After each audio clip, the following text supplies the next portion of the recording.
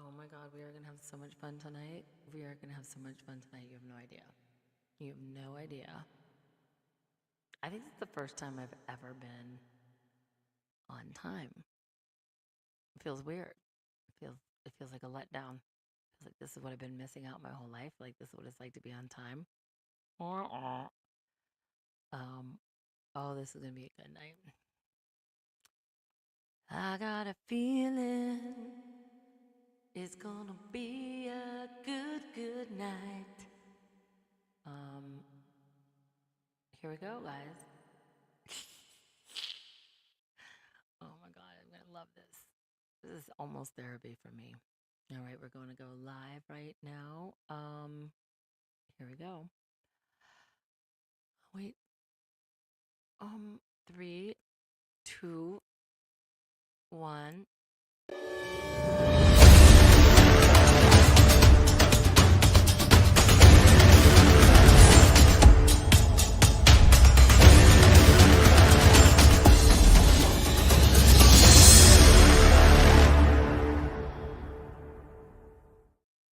Copyright strike if I'm able to sing along with this.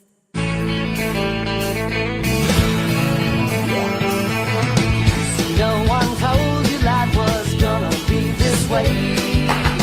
The job's a joke, you broke, your love life's the old way.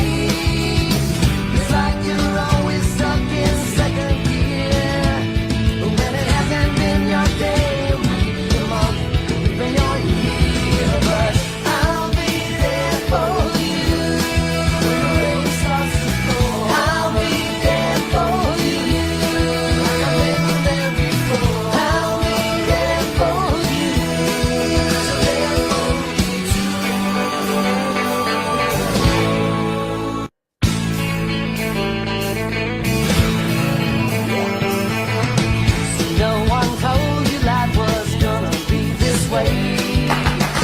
Job's a joke, you broke, your love life's the old way.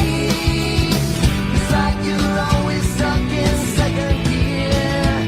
But when it hasn't been your day, or maybe your month, even your year. But I'll be there for you when the rain starts to fall. I'll be there for you like I've been there before. I'll be there for you. So therefore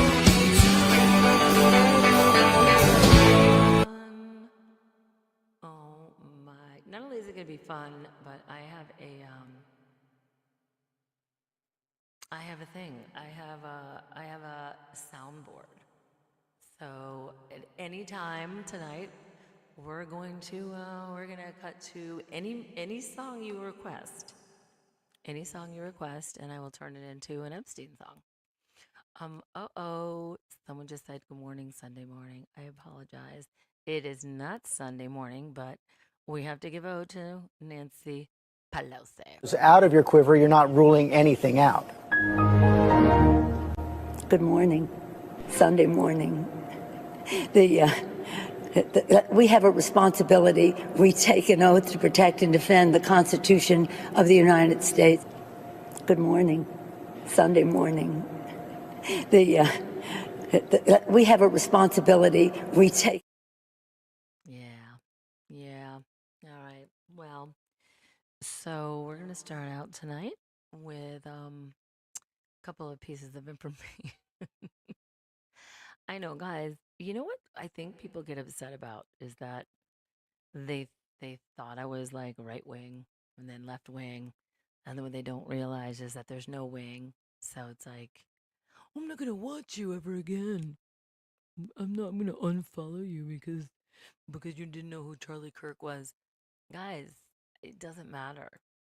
Like, follow me. I'm not making money. You follow me or you don't follow me. It doesn't really matter. But I would like to share a couple things today with you. Of course, I'm obsessed about the Charlie Kirk thing. That's duh. And we're going to cover that. And we're going to cover a couple of very, very funny moments, which, if we can't make fun of this reality, I don't know what we're doing here. Can you play Moon Gazer? I know it's fun. I mean, if this isn't the time to make fun of this reality, I don't know what is.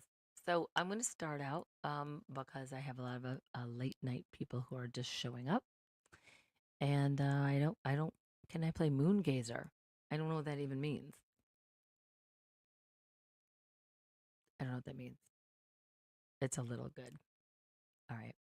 Anyway, um, we know that some files were released. We're not going to make the whole night about this at all, but I just started to go viral. It's so funny. It just went up to like 300 people, and I think um, let's just say the AI has a way of once you reach a certain amount, it's it has a way of just tracking that and then saying, "Uh-oh, oh, that's right, we forgot to block this woman." It's okay. Hey, hello, hello. Oh, it's a song. I don't know, Moon Gazer. Like I'm into like the 70s and 80s. I can't just go. I mean, I can obviously, but for the next 5 minutes, we are going to play a portion of the podcast that I was interviewed on today. You might learn something, you might not, but it's called Veritas. I was very proud to be a part of this, and yep, you might learn a little, you might not, but I don't know what else you guys have to do on a Friday night. But here we go. The answers you were never given. The place to see the truth. Welcome to Veritas. Tonight on Veritas, our special guest is Rachel Rienstra. You know her from television, a seasoned host and performer with 4 Daytime Emmy nominations for the Wildlife Docs, and a creator who built Divine Detours in Sedona for real-world connection. That background matters because it shows she understands how media works from the inside, how stories are shaped, and how audiences decide what to trust. But tonight, the focus is why she stepped into the public square to ask harder questions, why she chose to keep speaking when it would have been easier to keep the spotlight without the controversy, and what she has learned about truth in a noisy world. Rachel says the years of COVID policy changed everything, from friendships to bookings to what could be said online. She has spoken about channel removals, suspensions, and coming back to rebuild an audience. Her current platform, Namaste Awake, leans into spirituality, synchronicity, and contested headlines, and it does so with humor and heart. We are here to explore how she decides what deserves attention, how she stress tests a claim before she shares it, how she handles mistakes, and what it costs to keep going when critics are loud and incentives pull in the other direction. We will step into the live wires that define this moment. Digital ID is on that list, not as a sci-fi scare, but as a worry about identity, access, and quiet coercion.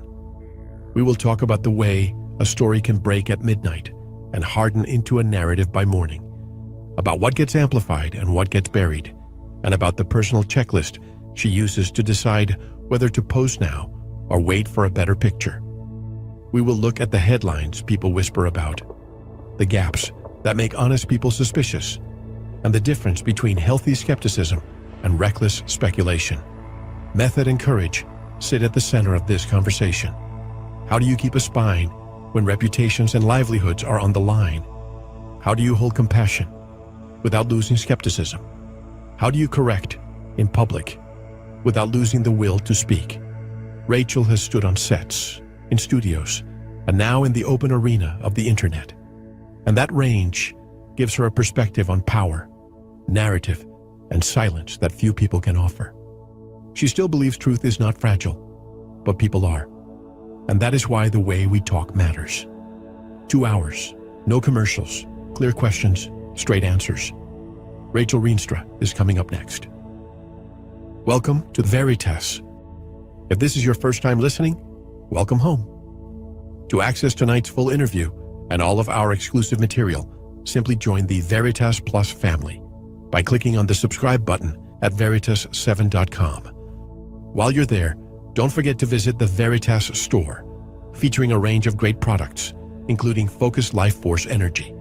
Experience the benefits with a 15-day free trial of FLFE, no credit card required. Also, be sure to explore our enhanced Veritas Plus transcripts, offering full transcripts, comprehensive analysis, and exclusive insights for every episode. As a Veritas Plus member, you'll receive a 50% discount on these enhanced transcripts. Want to get in touch? Be a guest on the program? Suggest someone or share feedback? Just click the contact button at veritas7.com. So sit back, relax, and enjoy tonight's program. And directly from Sedona, Arizona, one of my favorite cities in the world, I'd like to welcome Rachel Rienstra. Hello, Rachel, and welcome to Veritas. Well, hi there. Hi there, Mel. You've been in the same type of truth-telling world that I have been in, and yet we both had so many other careers at the same time. So it's an honor. I've followed you, and a lot of my, let's say, fans have been following you as well. So it's very cool to finally speak. Well, you're so popular because I've been trying for months, and I know you get thousands of comments and views every time you just issue a TikTok. All of a sudden, we'll talk about it. But Yeah. 2 days ago, you just made a quick video. In less than an hour, you already had 100,000 views. So I really didn't expect to reach you, but it was one of our members, one of our listeners, who said, "Oh, wait a second, I know her and I know you." So she Yeah. was the mediator. Perfect. Yeah. That's great. Well, I'm glad. That's what we need. We need more of, because when we bring us together, and that's not completely normal. It was when China owned TikTok, it was way better, but I would go viral all the time.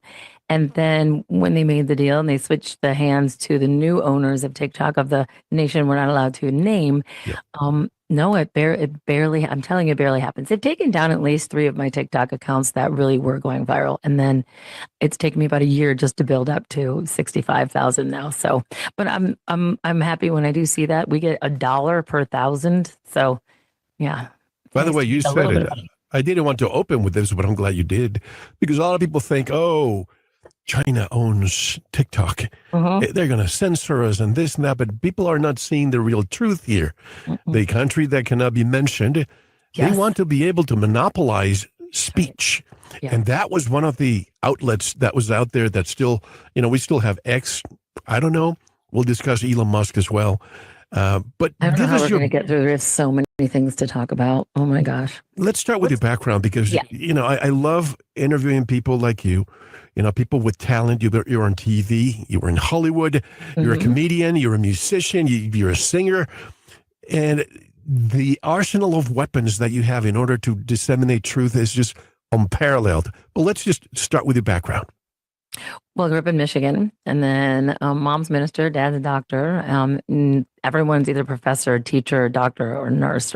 And then I was like, no, I want to move to LA and do comedy and hosting. So I kind of stuck out as the black sheep or the scapegoat, if you will. And I feel like a lot of people who seek truth and justice and want answers, there's a lot of that in common. We were black sheep to begin with. So we're comfortable with that. But I moved to Chicago, did Second City, then moved to LA, and it took me about 10 years to start to work as a comedian. I do stand-up comedy, and I started doing a million infomercials. You probably saw me like late night and didn't realize. 3 easy payments of $29.99. Call I think now. I bought my Floby through you, I think. I did a bidet infomercial. I thought when I was auditioning it was for a duvet. And so I get there and I'm like, oh, this should be easy. And then they hand me a roll of toilet paper. And I'm like, wait, what? Oh, this is for a bidet. And I got it. So here I am on national television talking about how to safely clean your behind. Do you know something before you continue? Just a quick parenthesis. Somebody wrote to me years ago and said, you know what, Mel, the biggest conspiracy is toilet paper. And I laughed at him. I don't laugh at him anymore. Because if you look at every single ingredient of that, formaldehyde and the whole thing, and the increase in colon cancer, in the women's cancer, because you're putting those chemicals down there. So the day, no wonder my family always have the days everywhere. Yeah. Well, it was a test. The company was out of, again, maybe it was Japan or China, but it was called Toto. The company's called Toto. And they just wanted to see how many people in America really would be up to buy a bidet just by, that. It turns out America's like, no, we're fine. We're fine poisoning ourselves in every orifice. I know. So the day, so it should be in everybody's home. I mean, in my home, there was one. I never used it growing up thinking this is gross. But, now that I'm older and I realize what's going on here, and in Europe, you hardly have any colon cancer in Europe. So much truth over all the health stuff has come out via, time that even more time during lockdown than we had to research. But to finish the where I am now, I ended up whenever I had any free time, and I saved up as a waitress, and I was a substitute teacher and a massage therapist and all this stuff. You have a million jobs when you're trying to make it in the business. Wow. And I would travel and I'd visit animal sanctuaries because I love animals. And so I had these VHSs of all this travel stuff. And then one day my agent called and he said, "Hey, Reenstra, Discovery's looking for its next, female adventurer. Do you got any videos of you traveling with animals?" I'm like, an arsenal of about 50. I forced people to come over and watch them. And so it was absolutely the stars aligned. Finally, they wanted someone who was funny, adventurous, loved animals, had to prove that. So I got to make my own audition reel, sent that into Discovery, and it wasn't an easy process, but I ended up getting my own series on Animal Planet, where I traveled the world and compared animal and human behavior on a show called Ms. Adventure. So, and I'll have to tell you, Mel, it's very interesting because I was 37 at the time. I knew nothing about like how big this deal was. Okay, they wanted this. This is gonna be the flagship show, and this is right after Steve Irwin died. Right, we were in Oh, the wow. Great Barrier Reef. Like he was filming a show for his daughter. Anyway, he wasn't good in the water. We were all concerned whenever he went in the water. Great on land, but point is, once he died too, they're like, "Oh, this is going to be even bigger." And they had me in movie theaters, and I mean, it was. I didn't know at the time. I sat down with Discovery, and this is 2007, so it's right at the birth of the internet or Facebook, that kind of stuff, right? I think it was MySpace then, but they literally had 30 people in this corporate room. They hired a trainer, they hired a massage therapist, they all, and I had a handler. I didn't even know what a handler was, but I had one. And they wanted to know, have you had tell us now of your background so we can wipe it clean from the internet. I'm like, dude, I owe everything I got a divorce, but we're still friends. I never took his money. Like, it's all good. And they were like, I could tell their whole face was like, "Oh, thank God she has nothing on her," which is, so they didn't have anything to clean up about me. But the very first premiere of the series on Discovery called Ms. Adventure, they were going to have Ms. Adventure like dolls and everything. I was introduced to a woman named Allison from Discovery. She was on every single phone call I ever made. She followed me in her car wherever I went, even when I wasn't working. And I wasn't allowed to speak to anybody unless she was on the phone. How do you like that? Wow. And this is at the beginning. This is like my first series. And I was annoyed by it. And of course, someone breathing over my neck. And I was probably too vocal. But if someone would have just said, "Rachel, she's your handler. This is what what it is. Just go with it," I would have. But I was too annoyed by her. And she was annoying. But I just said, "No, I'm going to make a phone call to my parents. You're not going to be on the phone." But When you say she was on the phone, were they tapping your phone or was she no, close she to let me you? know. She let me know. She's like, "You have to let me know," because this is before iPhones or anything. So she'd have to be. She'd call me and then I would make a phone call, whether it was to my parents. It doesn't matter who. She had to know Like a two-way everything. call? Yeah, always. A three-way call? Wow. Well, yeah. I mean, the two, and then whoever you were talking Yeah. to, and she would be silent the whole time, and then report back to Discovery because they knew I was a loose. What do you say? Not loose. Shouldn't end with that. I was a loose bomb or a loose cannon hmm because I'm honest, and so they were very nervous about. They loved that about me, but they were also very nervous that I would say the wrong thing, and then so, but I don't know why, but I just was like, wow, now that we're learning about Erica, Kirk, and anybody really, and Kanye, and if the show had gone more than a year, Mel, I think that it, yeah, it wouldn't have, it could have gotten to that next level where, um, they really were handling me in a way, you see Kanye and everyone turns their hair blonde, or Britney Spears shaves her head. And I wasn't near that famous. This is a kid's show. It's called Ms. Adventure. It was a kid's show on Discovery. It wasn't, but to them, they saw it being a franchise and they, I think, needed to know if they could control me. And I think they found it right away. They couldn't. So the show lasted a year. It was on after Meerkat Manor on Saturday mornings on Discovery. But that put me I was on the Macy's Day Parade float with Gloria Estefan, Wow. waving at people before the show even aired. And people thought I was her because I knew every word to Come on, shake your body, baby, do the conga. No, you can't control yourself any longer. I was waving at people. She was stuck behind a elephant balloon's ass. I mean, it was like she was hidden with a tail. So I just took the glory and waved to people. But it's just knowing that. And then I was, then after that I worked because I was sort of, I had my own series. And so that's why, and then I had a show on HGTV and they flew me to Atlanta for a year and designing stuff, 3 rooms. It's called Design to Sell, 3 rooms for under $10,000 on TV it was. And then I went to, and then I had just do some infomercials for a while. And then I got the 5-year series, Wildlife Docs on HGTV, yeah, which ended in 2019. Yeah, 2019. And that was a show at Busch Gardens, Tampa, and it was about all the veterinarians that take care of the thousands of animals there. So you were nominated 4 times for an Emmy, right?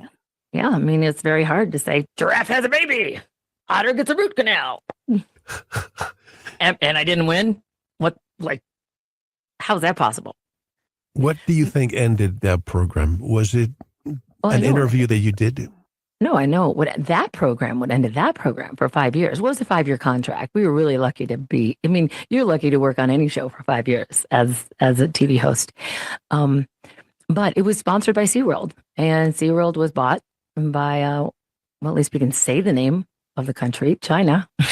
So, yeah, they lost the funding. Before we started, you told me that story. I did not know this, and I think that I know my audience. I don't think that a lot of people know this. Well, here's the thing.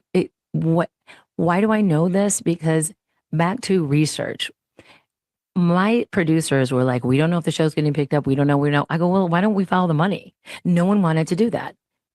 Mel, it took like 4 clicks for me to find out who owns SeaWorld. Well, it always goes back to BlackRock, and you just follow the hedge funds, you follow the change and I knew right then who owned it. And I was like, well, you guys know we're not going to get picked up. We're not and they were kind of just hoping. They were in denial, and they weren't about to tell us because the shows were still airing. So they didn't want the production company to maybe go, oh, if you don't pick us up, I don't know all I know is it just took me to follow the money to find out we're not going to get picked up.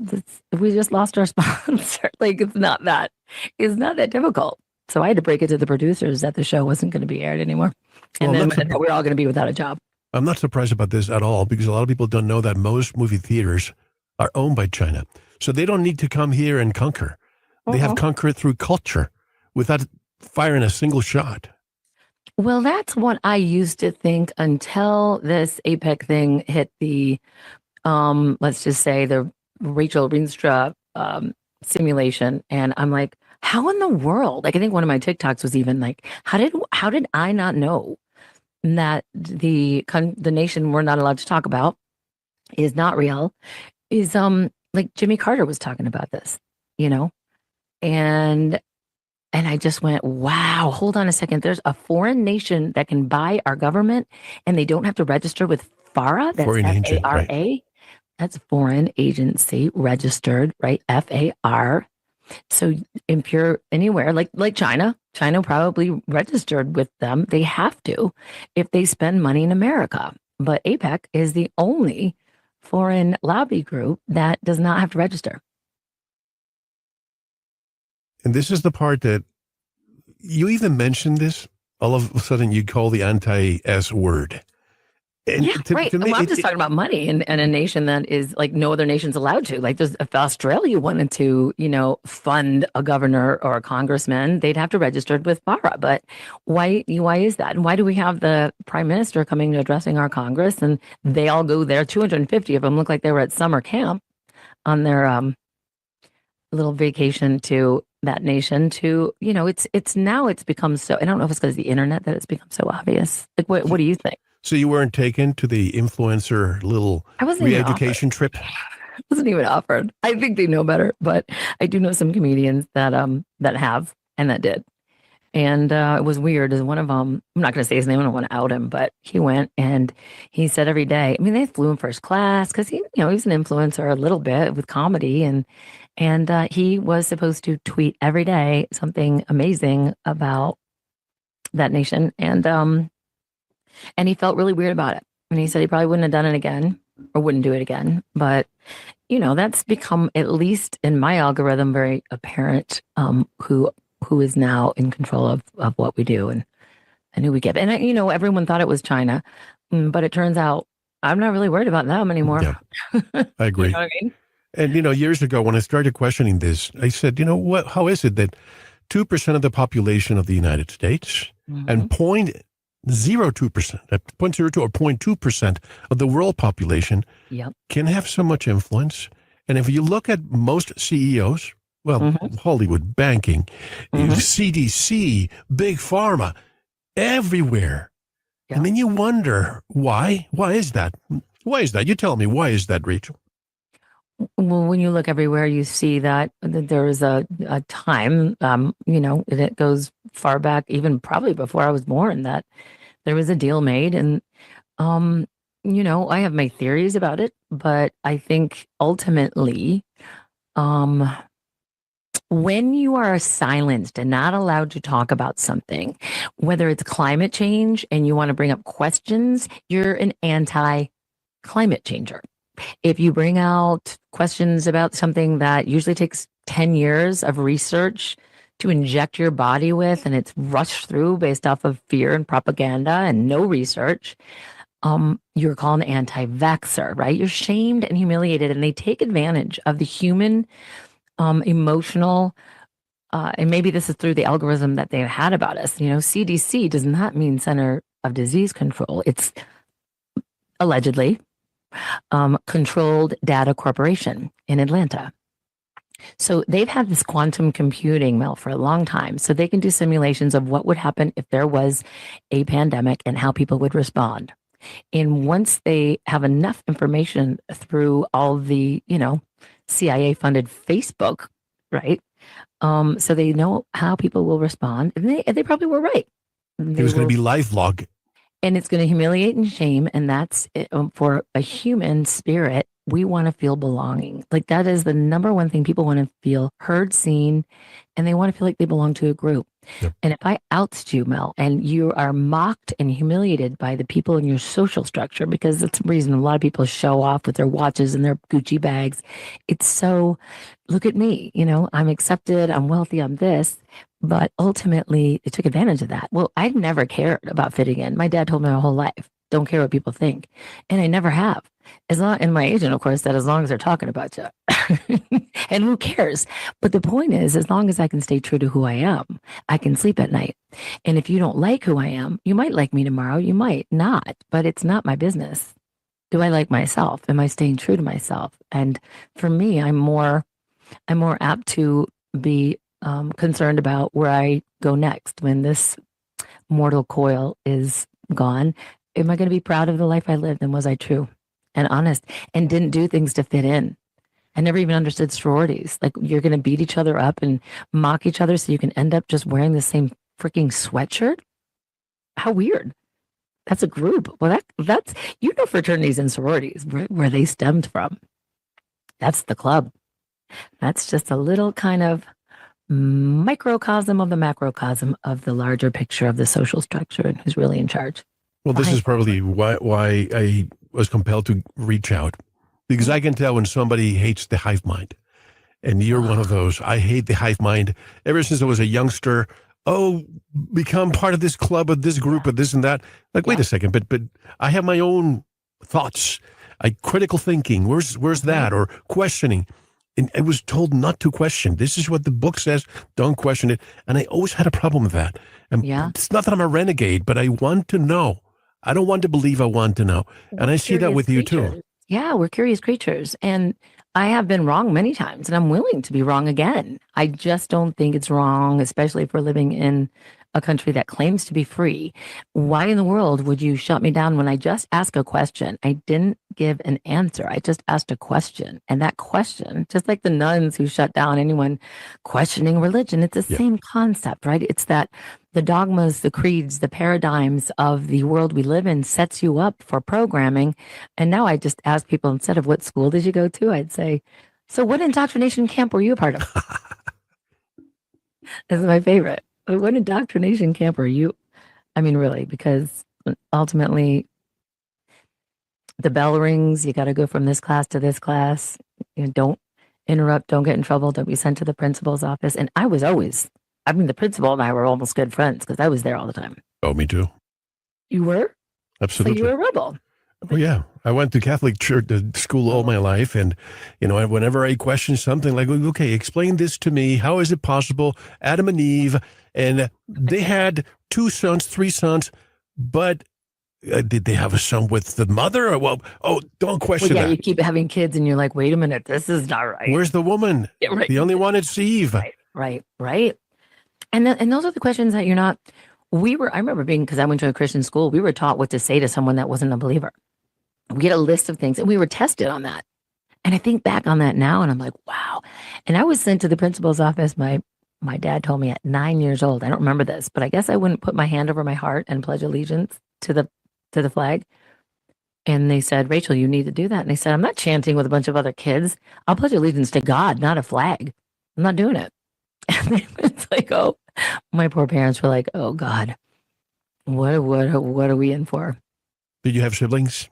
Yeah, I have an older sister. I'm the youngest of 4, so we're all 2 years apart. Older sister, she's an actress in Chicago, and 2 older brothers, and one's in tech, and the other is in ministry and philosophical.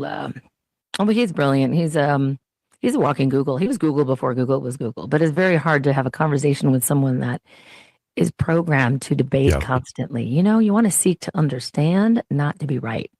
I'm looking at this meme here that says you weren't educated, you were programmed. They didn't teach you how to think. They taught you what not to question. That's right. Yeah, what not to question. And when you break out of the system, for me, it was moving away from Holland, Michigan, where if you didn't get married by 22, and I got married at 24, and my friends were like, wow, we're so glad you waited. Oh my God, you waited. I mean, we were a little worried. We were white, but sure, we were a little worried, but we knew you weren't gay. So we are so glad I'm like, waited 24. I just knew I was supposed to get married. I got married. We moved out to LA and I realized that I wasn't, and neither was he. We were both too young and he did nothing wrong and I did nothing wrong. It was just, we kind of got out of the program simulation of the Midwest and went, what do we really want here? Are we living our truth? I'm not happy. Are you? We got married because we were supposed to. And because we got accepted again, back to that being accepted in society. So when the lockdown happens and you're shamed and you're blamed and you're called, you're going to kill your grandmother because you question something that you don't want to put in your body, which, my father was one of the top surgeons, one of the last general surgeons in the country. And he did not believe in the flu shot. And he got in trouble with the hospital. The hospital outed him. And he said, I don't care what you do. My business is great.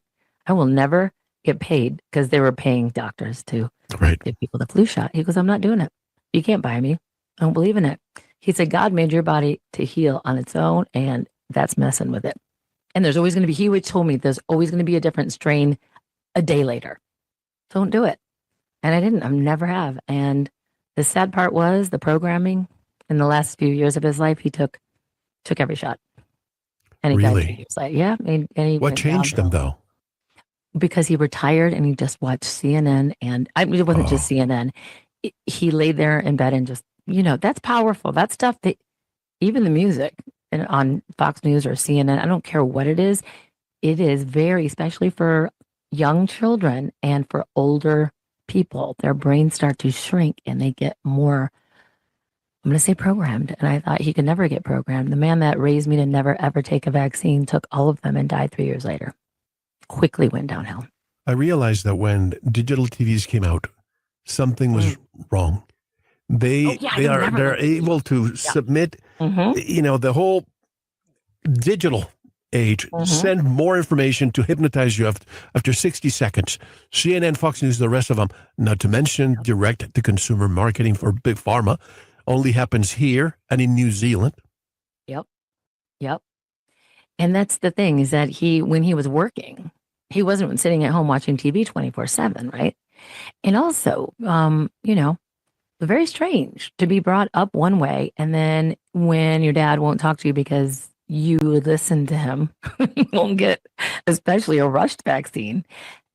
It was a twilight zone for me, Mel. It was a twilight zone. I got ostracized from my family and my friends. And I don't speak to anybody anymore. And they don't speak to me. But I'd like to fix that. But it's you're put into the category of crazy if they can't understand. And I think you've experienced that as well. And thank God for your wife that you have a partner. I have pretty close friends. Some of them fell away after they just absolutely the COVID thing was the trigger that I. Oh yeah, same thing happened to me. Not because of my wife, because she does not even follow all these subjects. Just she hears from me, Right. but because she's married to me, somebody said, "By the way, do you realize that he has a program that talks against all of this stuff?" All of a sudden, the invitations that were Now around she's going to be stopped. shamed because of her Yes, husband, right? exactly. Oh, are you serious? Did they do Exactly. that? Yep. Crazy husband, conspiracy theorist.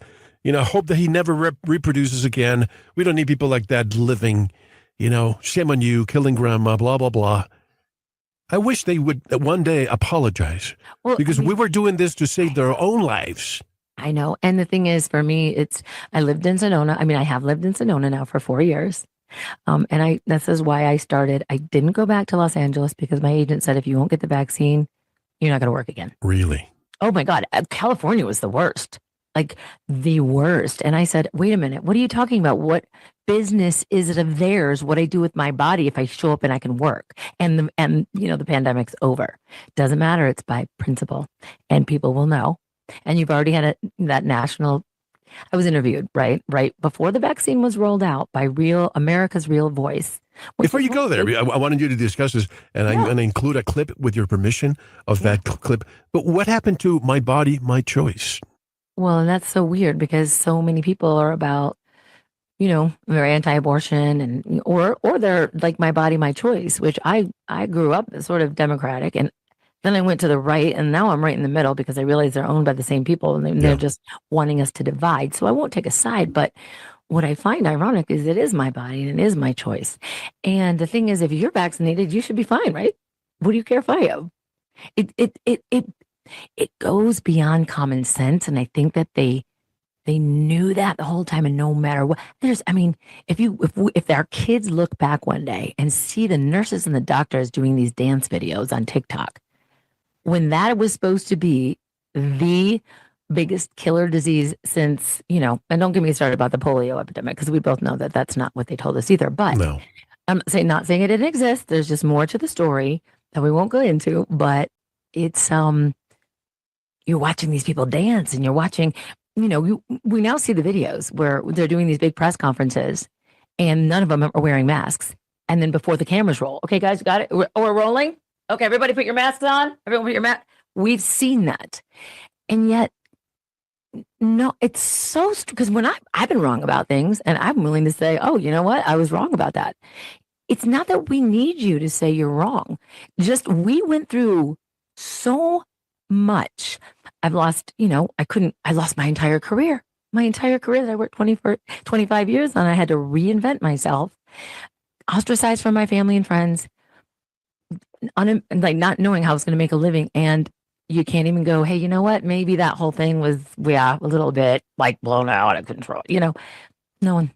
I mean, I asked on one of my live streams, put a 1 in the chat if anyone has ever said, I'm sorry, or now looking back on it, there was maybe one, and the rest was just like, nope, no.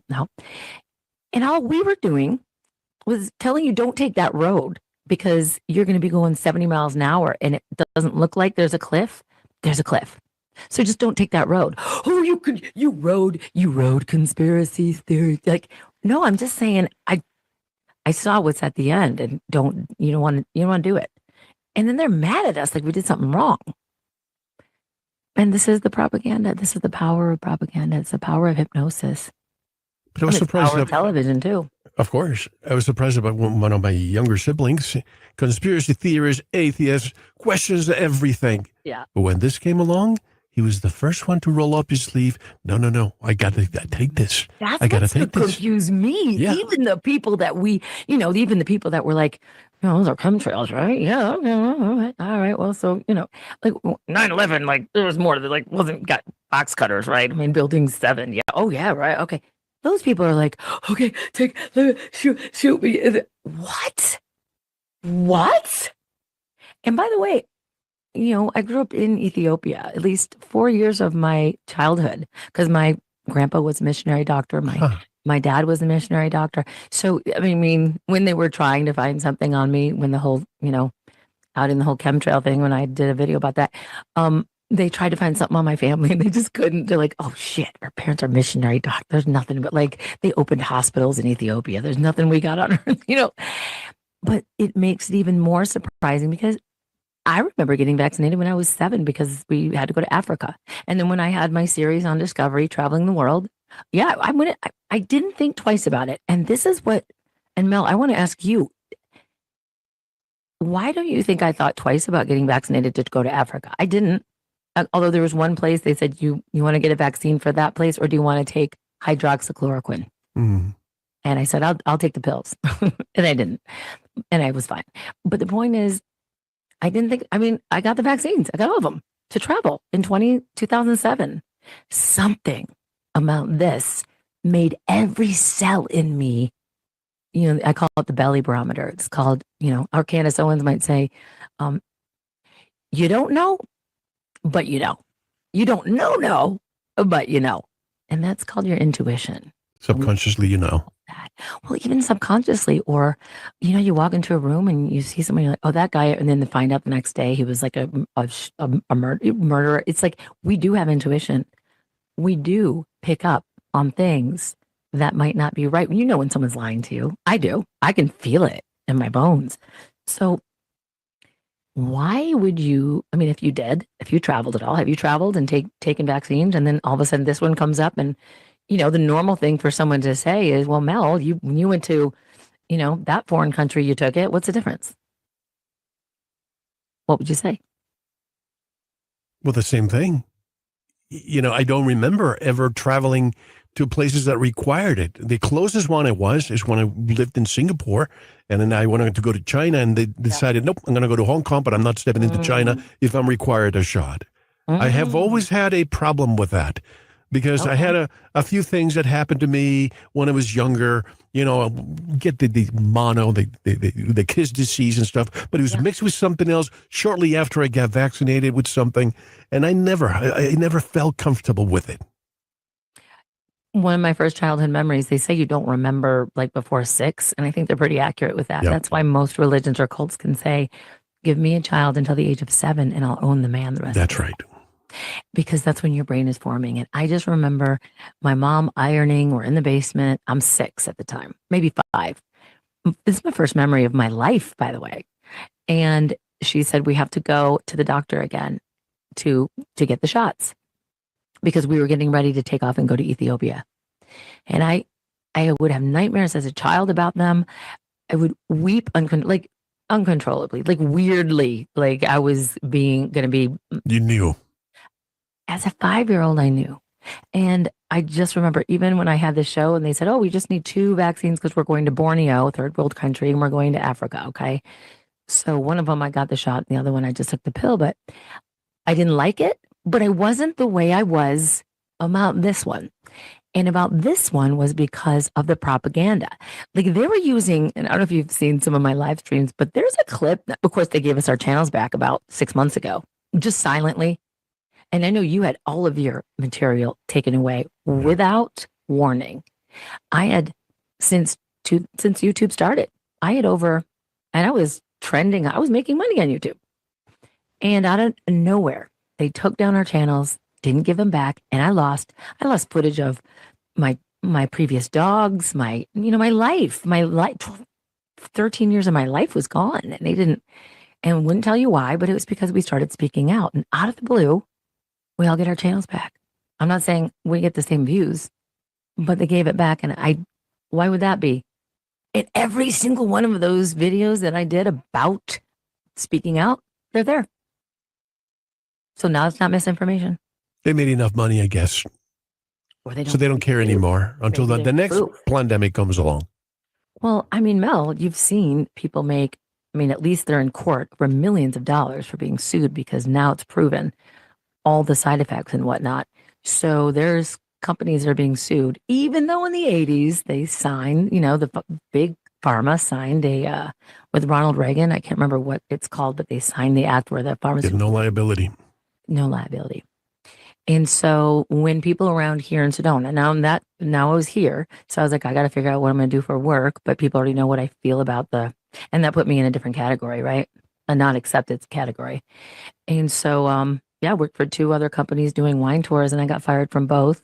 And one of them was because I get claustrophobic anyway, but I wouldn't cover my mouth. I wouldn't, you know, Oh, the metaphorically and mask. physically. Yeah.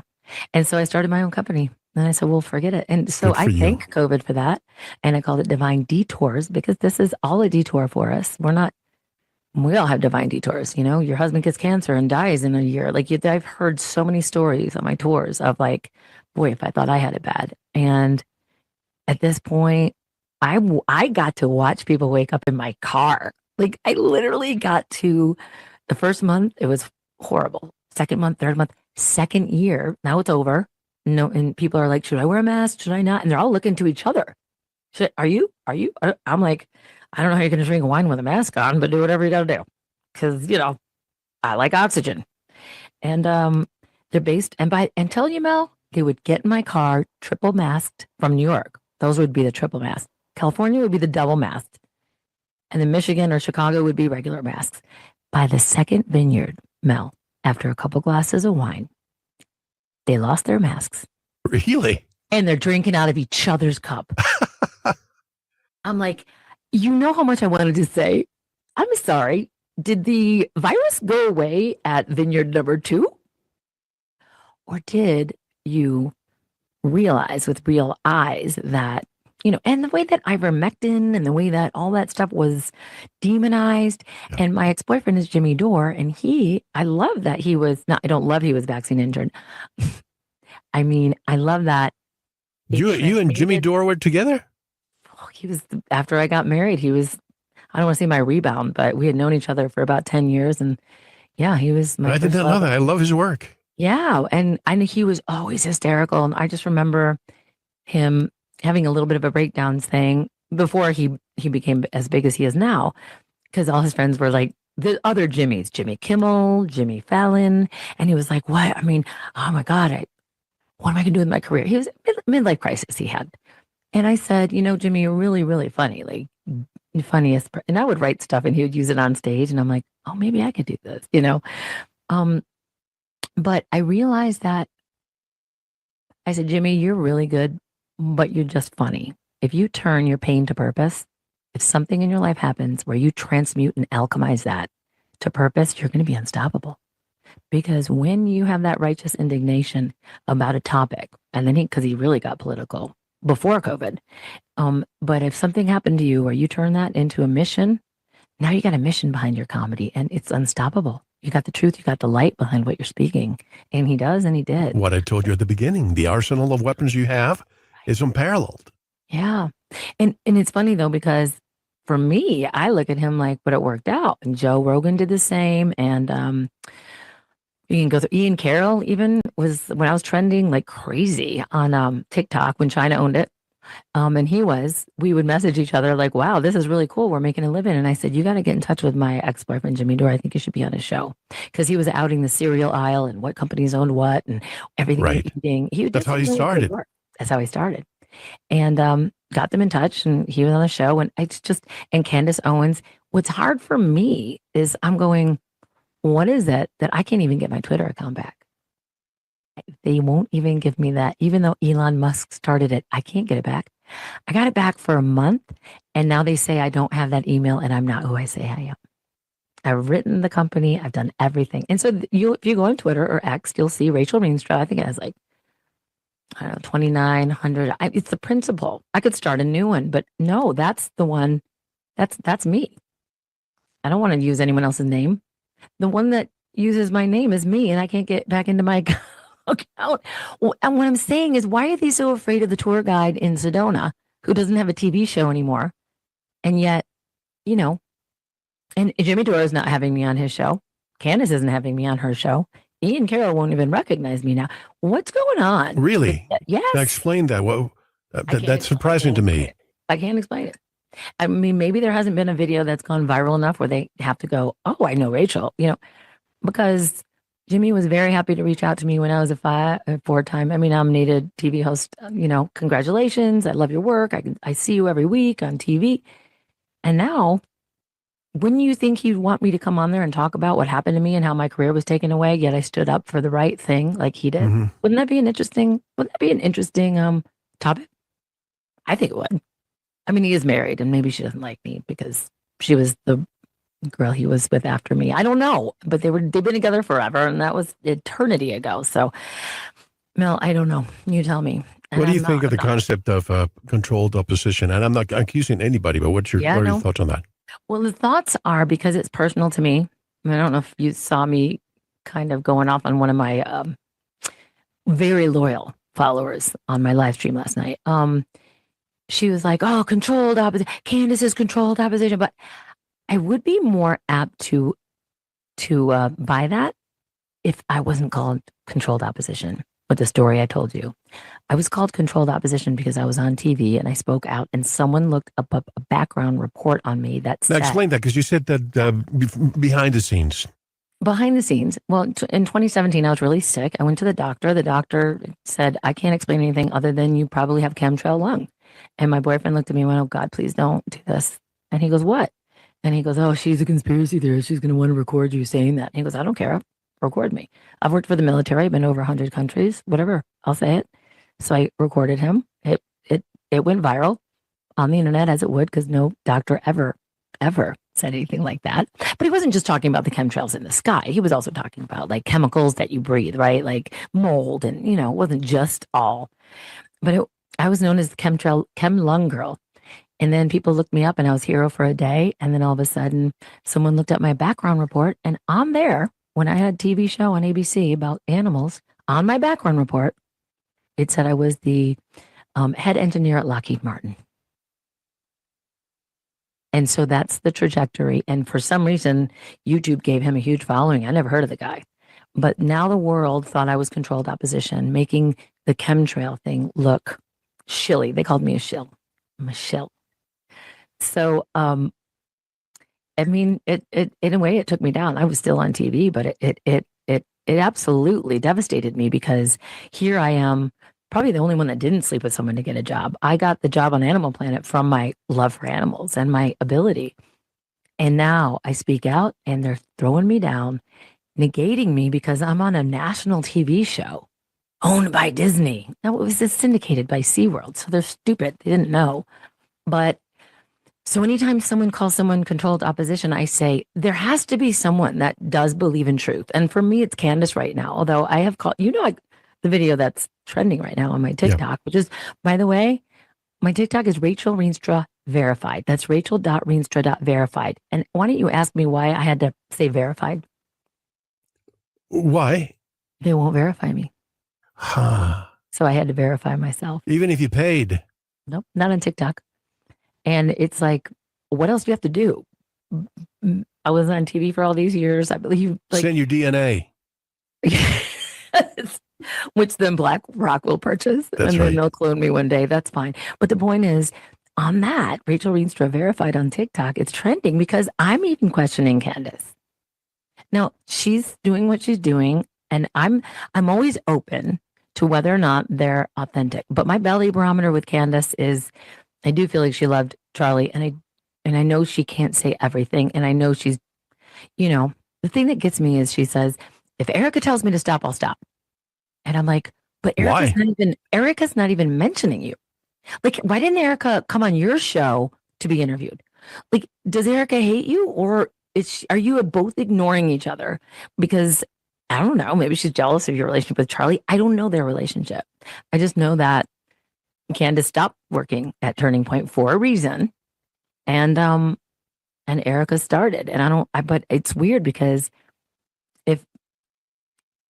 if the dude, and we're going to see it tonight, I think it's on tonight, the interview with Erica. I can't remember who's interviewing her, but it's coming up. If the dude does not ask about Candace Owens, like Candace is getting higher numbers, Mel, than CBS, NBC, ABC, and I'm not talking about oh great, she's got great numbers. No, she's got numbers standing up against a country that we shall not be able to speak of, that kind of owns the system and came out the day Charlie got shot and said they didn't do it. Too much. They said it too many times. Protested too much. Yeah. Like, could you imagine if any other country was like, hey, I didn't do it. I just want to let you know. Even though in our newspaper, it said he was dead before you guys knew, but we didn't do it. Just we didn't do it. Charlie loved me. Charlie loved me. He was coming to hear it. Then you find out the truth about that. That alone. So let's pretend Candace Owens is controlled opposition. Just what she has shared alone, me watching her, has unveiled the truth about the nation we're not to speak of, more than I ever knew. And that is truth. So, what do you think? I mean, my belly barometer says it pisses me off she's not really addressing the Erica thing. And that's why my video is going viral, because Candace is like, I mean, everyone's asking me to talk about Erica. I'll talk about Erica. Just show me one time Erica lied, because I don't like liars. So I'm like, really? I can just edit that together in about 10 minutes. Honestly, I was just like, I'll just do 2. The first time I ever heard her speak, first of all, I think Charlie posted that video when she came to his office and wanted to get the job, blah, blah, blah. And she was like, I love you, blah, blah, blah. And she seemed very fake. And I hate to say this. Oh, you're saying what we've all watched, I think, by now is how they were going to do a podcast. And it was like, exactly. She was so nervous to look. She's like, no, I'll give you that. Ready, Mel? I'll see if I can do that. So I'm going to pretend that the camera is you, okay? Okay. Physically here, and that you're not married. So don't let your wife get upset. That's fine. But okay. So is this? Are we? I can't. Look, you have to watch this on video, folks. I can't. I know a lot of you listen to the audio, but you have to watch Rachel reenact this. Yeah. Oh, you guys, if you're just listening to this, sorry. So Erica is looking and in this podcast that and they're recording the before the podcast, and it's Charlie's podcast, and Erica's going to be the guest, and she just keeps looking at him with these googly eyes, and I'm just too nervous. I can't even. But the thing is, it's on his side. I felt like it was real. Like I really felt like she was madly in love with him, like to the point where like you just met you're 15 years old and you just met, for me, it was Rick Springfield because I was obsessed with him. But like if you met like a star, they're married, and they talked about this and they drove to the studio together. And now she's like, oh, I can't even look at him. And this is going to be really hard for me. Why did that come up in my algorithm? Why have I seen, and most of maybe your followers have seen it. Why have we all seen that? Why did I know who Charlie Kirk was before he was killed? What is going on that I watch politics? I watch politics. I'm not on it all day, but like I know politics. I watch, and I've never heard of this guy. And when I said that, Mel, on my TikTok, I had a bunch of people go, "Oh, I'm gonna unfollow you for never having heard of him." I'm like, "Go for it." I didn't even know you were following me. Like that doesn't actually hurt when you say that. What is that about? Did you know who he was? Did you have a really good idea of who he was? No, in fact, I made a comment to somebody saying it feels a little bit Obama-ish. You know how we didn't know that much about Obama before? Right. He became a senator. Same thing with Charlie. I mean, yeah, I watch a lot of the interactions that he had in college campuses and so on. Yeah. But before that, not really. It's almost like he was placed there. And I hate to say this, but we only think of arranged marriages happening in India or here in the United States with Indian, culture. But to me, when you look at that, she was in one of those Bachelor TV shows. Oh my gosh, I was obsessed with The Bachelor. But she was in one of the reality shows where, and I'm not going to blame her for that. Again, she was in the pageant. She was never a pageant woman. Miss Arizona. Yeah, weirdly enough, we live in Arizona. But she. Well, who owned the pageant? Donald Trump. Yep. Okay, so fast forward.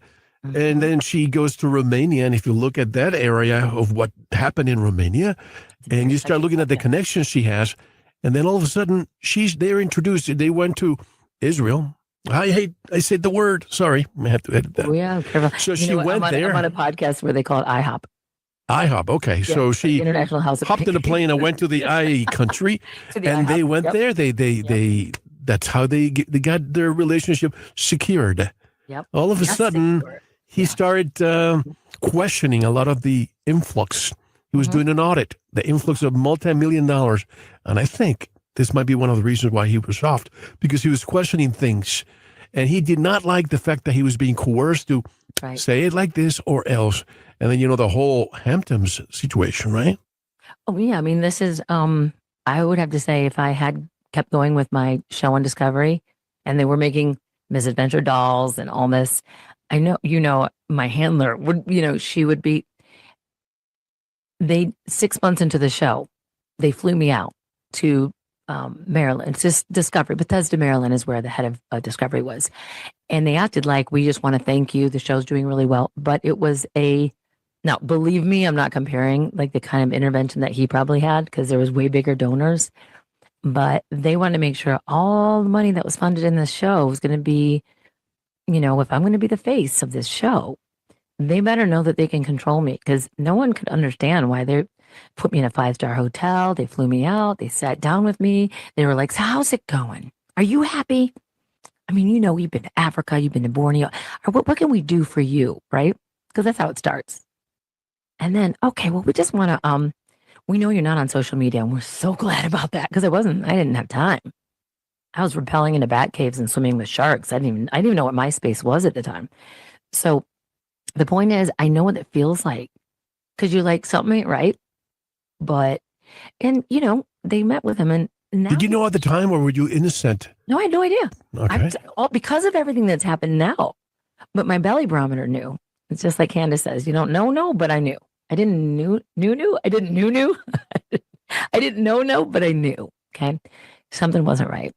And I think when they had that one more conversation with me 6 months into it, the questions I look back now and they asked were me saying, no, if you asked me to do that, I wouldn't do it. Let's just say that. And so they're like, all right. And the show lasted a year and it didn't continue. And I think back on that, you want to say intervention. They wanted to have a group session. I mean, they even flew me back it was in South Africa. We had like 4 more days to go. And it was like, well, this is really weird. Oh, they must really like, stupid 36-year-old. They must really like me. They like me. They really like me. And no, they got to make sure you're going to be in check because if more money goes into this and there's making like the misadventure movie, they got to be able to know that you can be controlled. And I said a few things that made them know that my morals and who I am will never be compromised. Not that I know of. And so I look back on that now with everything that's happened since, and I go, oh my God, that's what was happening. But it was a kid's show. Come on. I wasn't like who cares about the Emmys and Emmy nominated? It's all bullshit. It's all that stuff is paid for anyway. Like all those Emmy stuff, like even if I would have won, I just care about you giving more attention to animals. That's the only reason I wanted to win was so that more kids would watch animal shows. But it doesn't mean anything. It's a statue, for God's sake. We're not supposed to worship statues and it's all paid for. So the point is that meeting that Candace talks about Charlie having, I had like the kindergarten version of that. But he had way more investors involved. And we're talking, this is why he's messaging. And Candace has the text. Why the hell wouldn't his wife be Candace right now? If we have a conversation, if anything happened to you in the next week, I'd be your Candace. You know what I mean? Like we should write cards. I'd be your Candace. Like, why in the world with the one person that supposedly had babies, even though we've never seen her pregnant, not on one Instagram post, but we did see the pregnancy thing. It said she was pregnant. You saw that, but you never saw her pregnant. You don't ever see the kid's face. Oh, Rachel, they're trying to make him. Well, I didn't even know who Charlie Kirk was. And I know what the Obama's kids look like. You don't think that that's a little more dangerous for me to know what that, you know what I mean? Like, who do you think you are when I didn't know who you were and you're hiding your kids' faces from? That's weird because think of any celebrity or any politician ever. And you got to be careful that I don't do this because if I don't know what Candace. All of a sudden you were Masonic. And she was like, Candace does this. Like she's got beautiful nails and so she'll talk like this. And I think a couple times she went like this, and it's like, oh boy, here we go. You be really careful of what you do and what. There better not be checkerboards behind you.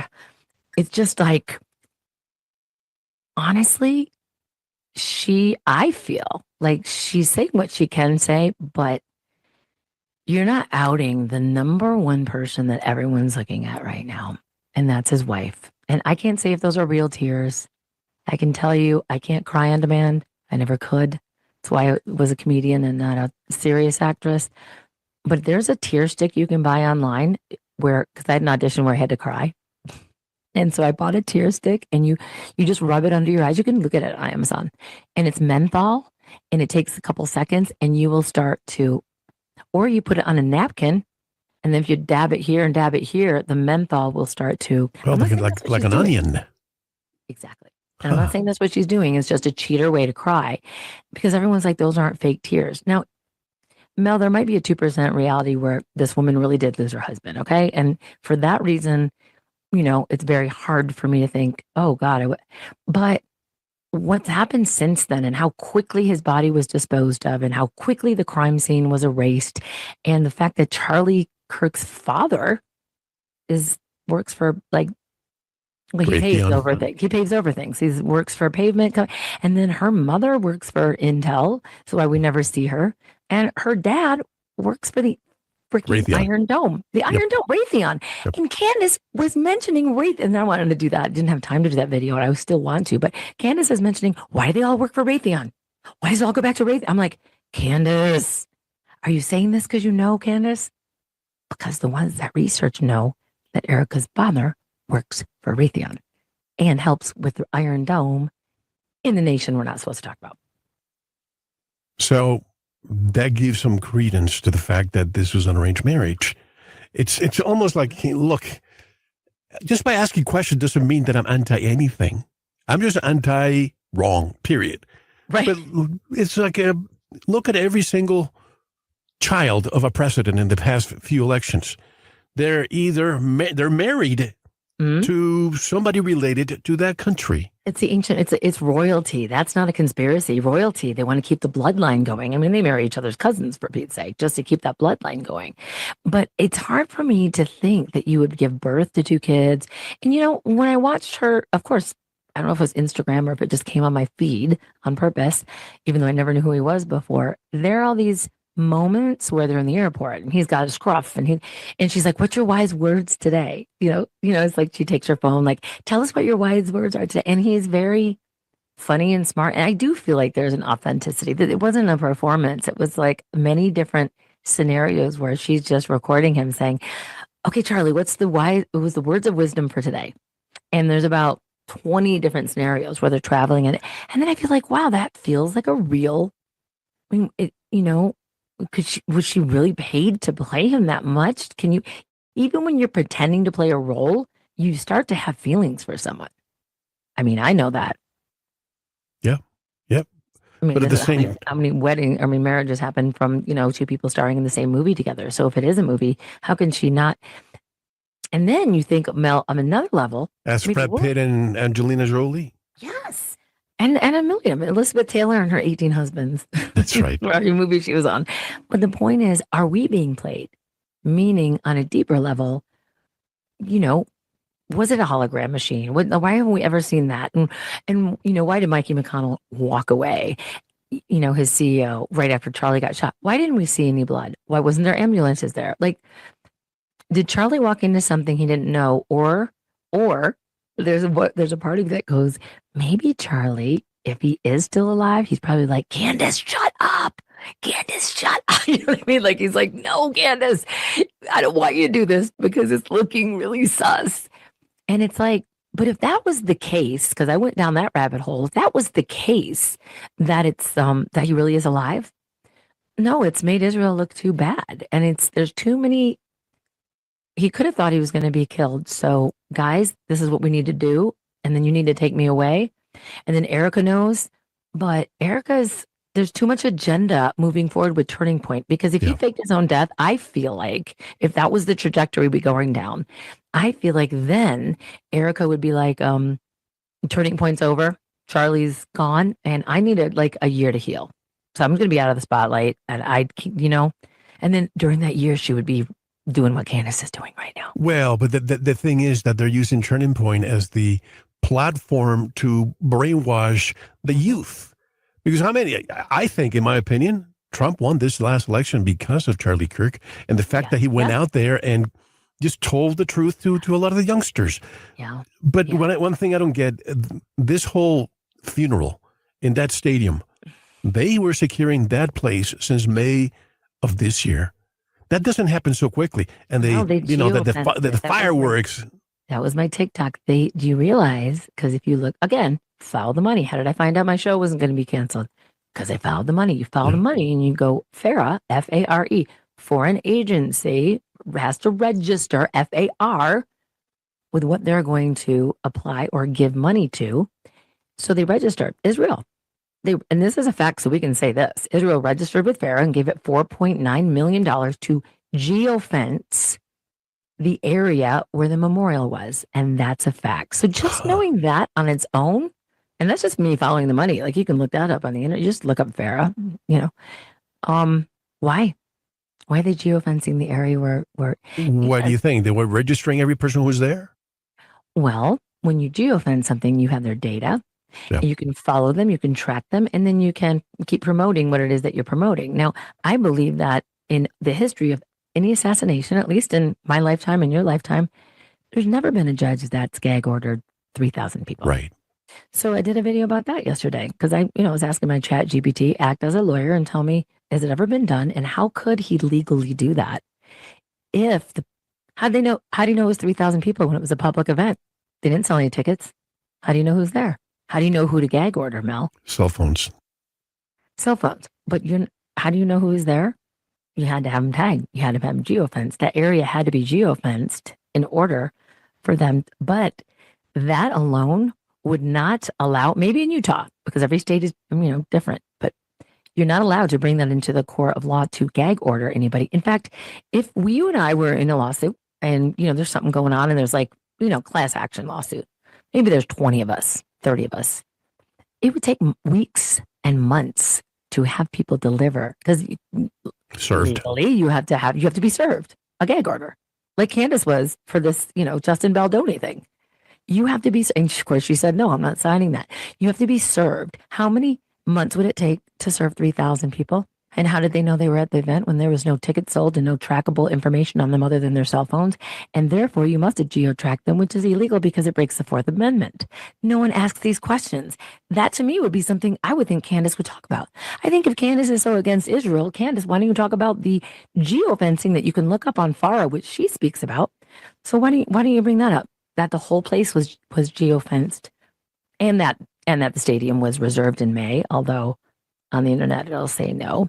And about the Google pings, the address where the gun was left was on the Google. Like you can look up Google search. Like right now, if you looked up Rachel Reenstra just to see, I wonder who's looking up Rachel Reenstra. Maybe after this interview, there'll be a spike because no one's looking her up. But now there is. And you can see where that spike comes from. Oh, there's a guy in Tennessee that's obsessed with Veritas.com, and he looked up Rachel Reenstra. You don't see him, but you can see the area that the VPN is from when you get a Google spike in the Google search. It's called analytics. Everybody has it if you're on Google. And all of those were either from DC or they were from Israel. And that means looking up the doctors, the hospital. That wasn't the closest hospital. They looked up the autopsy woman. And by the way, even with Michael Jackson, even with any person that's famous or has been assassinated, we all knew who the coroner was. Why are you hiding that? We saw the autopsy report.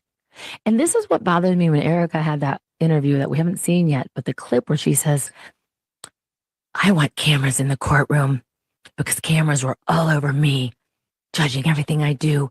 Cameras were all over my husband when he was murdered. I want them in there for transparency to see the evil. And I'm like, the evil of what? A kid that is the patsy? Or is she actually leading to, let's see the defense, and if the defense brings up all the stuff that Candace is bringing up, I don't know. But she said, and I quote, I know there's nothing to hide because I know what this is based on. That's exactly what she said. I know there's nothing to hide. There has been, everywhere you look in this assassination, everything has been hidden. But look at the psychology. When she said, I forgive you. I forgive you. It's Too a beautiful quickly. thing. it's too quickly. And also she was like, I want everyone to see the evil. And I'm like, is this coming from Erica that forgave the shooter so quickly? What evil are you talking about? Because you forgave him. Right. So I don't know what evil you're talking about. You forgave him. Then the other guy who stepped on Charlie's chair to remove the rear camera. Which Candace says was someone she knew from Turning Point, and that she was able to look at the footage, but then she's kind of turning against him. But then the dude does a selfie video as they're taking Charlie's body to the SUV. See what I mean? Like all of this. And then I think I shared it on my live stream last night, but then there was a kid in a red shirt and the person's going, okay, ready? 1, 2, 3. Okay. He's recording going, okay, 1, 2, 3 and rolling. I couldn't believe it. I just saw Charlie Kirk. Like he did a whole like scene. Like it was rehearsal for an audition in LA.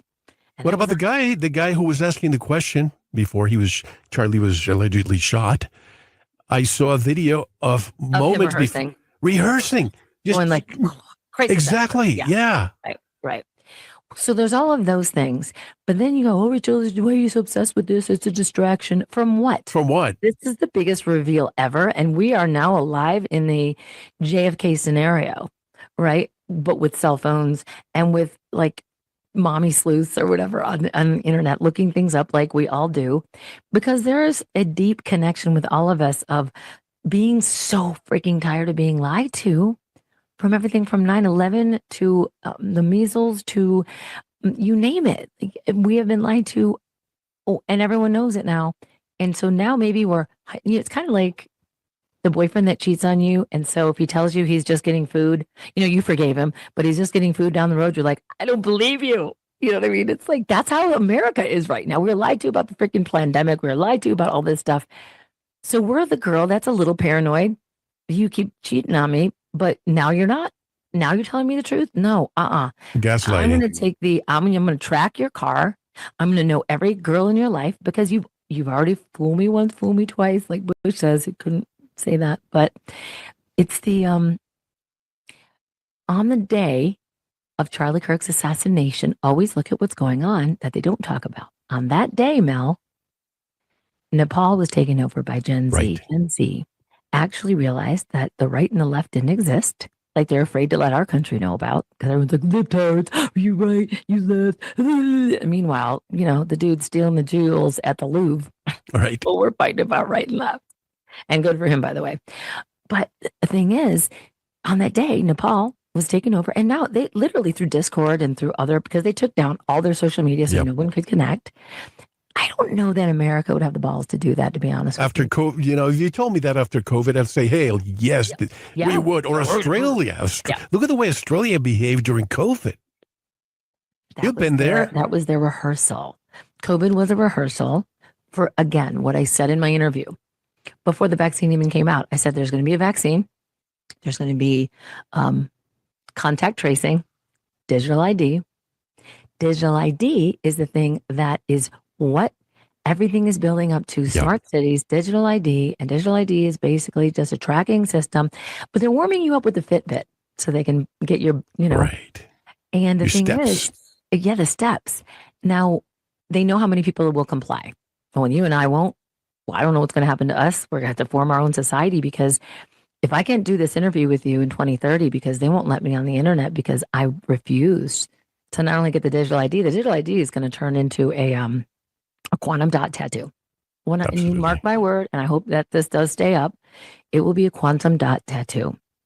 And it'll start with, you have diabetes. Get this. Hold it right there. That's a good cliffhanger because we have to take a break. But let me just say this. One last thing about the Charlie Kirk incident was the fact that 3,000 people there, not a single ambulance, not a single paramedic, law enforcement. Where were they?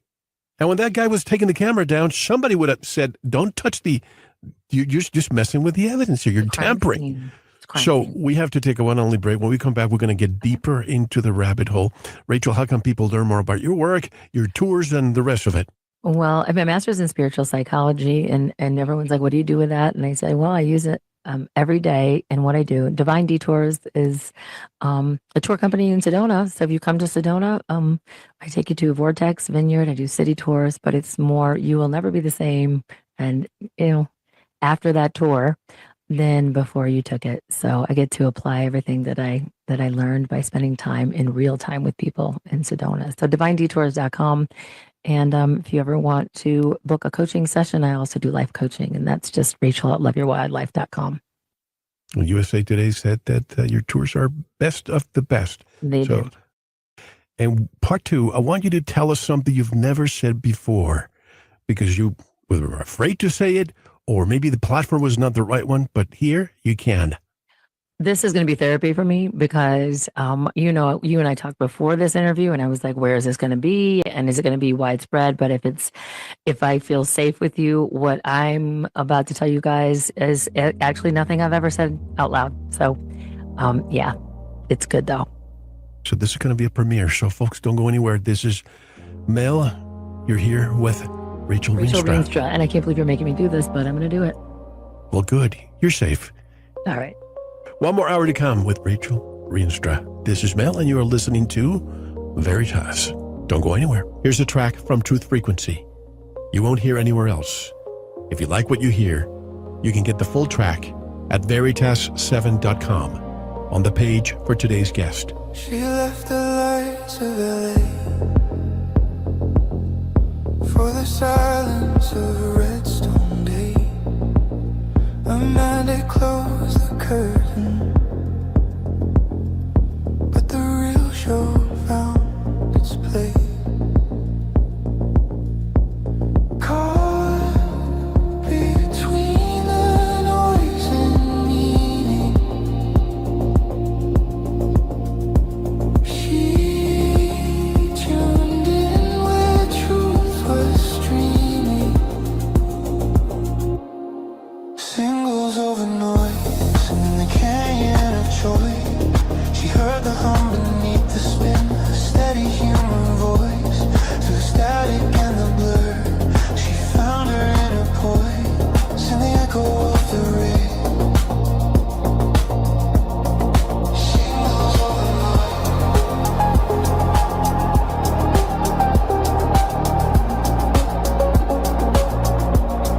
Singles over noise.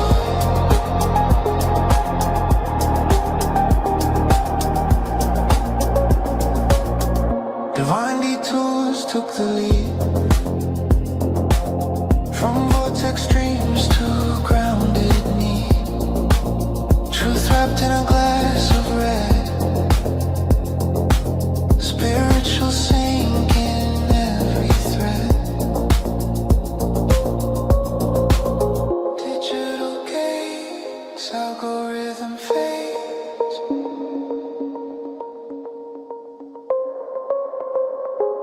Yet a story bends but never breaks.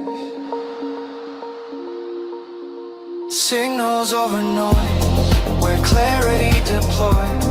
In a world that scrolls too fast, she amplifies the choice between the viral and the vital, between fear and poise. She stands for what survives. Signals over noise.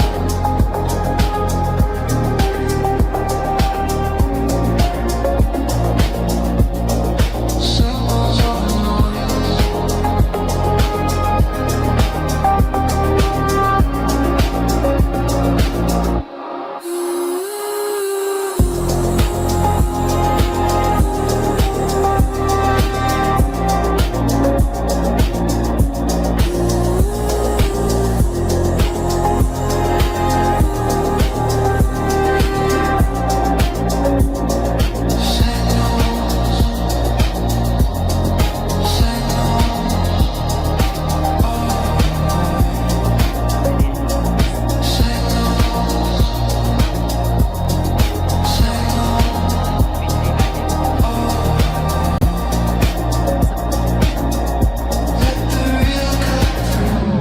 Thank you for listening to the first part of this important Veritas episode. To hear the rest and access all of our exclusive content, head over to the Veritas Plus member section or click the subscribe button at veritas7.com. While you're there, don't forget to visit the Veritas store, featuring a range of great products, including Focus Life Force Energy.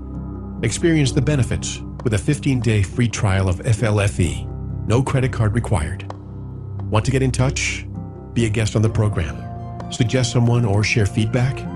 Just click the contact button at veritas7.com.